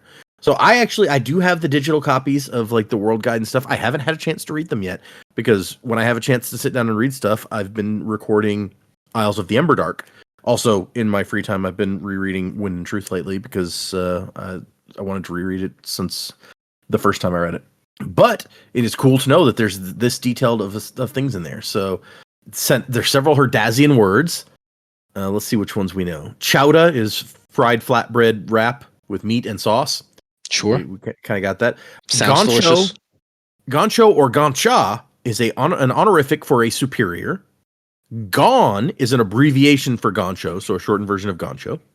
Hooch is someone who takes life too seriously. Do we know any other of these? I don't think we've heard mancha, but mancha is a cousin or someone who is like a cousin, which feels very open. I think we have heard that one time. Okay. Muli, someone who is nonverbal. Nako is a child. I don't know that we've heard that. Yeah, that didn't sound familiar. Penhito is a grouchy elderly man. Don't think we've heard Penhito. Sounds kind of Spanish to me. It does. Like that's why that one stands out to me because I'm like, that sounds like okay, yeah. Wasn't until the time in X. That was the intention originally, before the audiobook got a hold of it, wasn't it? Yes, I think it's because Brandon had a thing where it's like his wife was like, "Why is like Spanish culture never represented in fantasy books?" So yeah, that was kind of yeah. Penhito sounds like a cutesy name, like you'd call your little cousin a Penhito or something. So we got a couple more emails, but we'll save them for next time. And we have 3 new patrons since the last time we recorded. Whoa, 3 new patrons. Holy smokies. All at the ska level. So the first one is I'm not gonna say this name correctly. Arja, Arja.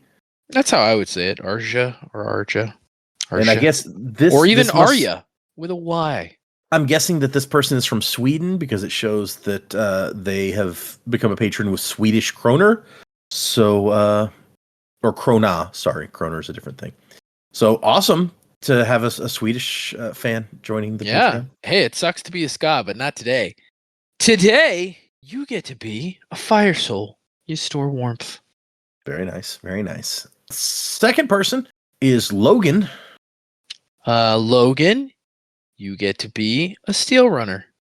Very, very cool. Okay. I've Steel Runner is a very cool but very dangerous one, as we learned. Yep. In Shadows of Self. And the last one for this week is Thomas. Thomas, you're an archivist. Yeah, nice. So thank you to our new patrons. And all of our patrons, really. You guys are awesome. We appreciate you. If you'd like to send us an email, like some folks did, the address is thesanderlanche@gmail.com. If you want to check out our Patreon, I'm still putting up my reactions my first time through Wind and Truth. So that's what's going up now. I got one comment after the last episode where I was like, hey, patrons, what would you prefer to see? If I kept doing Wind and Truth or if I started trying to mix in a little Isles of the Ember Dark. And the one comment I got was like, finish up Wind and Truth. So I may keep doing that for now. But yeah, if you're interested in hearing my reactions to that kind of stuff, feel free to check out our Patreon. We've been talking again about like some other sorts of stuff we might throw on there. But for now, that is what's going up. You can also find us other places. Facebook, Blue Sky, things like that. We're on the internet, So check that stuff out. Remember, for next time, we are doing 5 chapters. So that's interludes 4, 5, and 6, and then chapters 58 and 59. So if you're following along, those are the chapters to read for next time. I think I'm going to shoot for 3 episodes at this longer length before we reevaluate and see, do we like that? Do we want to go back to the shorter length that we were doing before? So this episode went a little bit longer than usual, I think, but not like abnormally so. So we'll see as we get into those. But 5 episodes for next time. There are not going to be 5 episodes next time. 5 chapters for the next episode.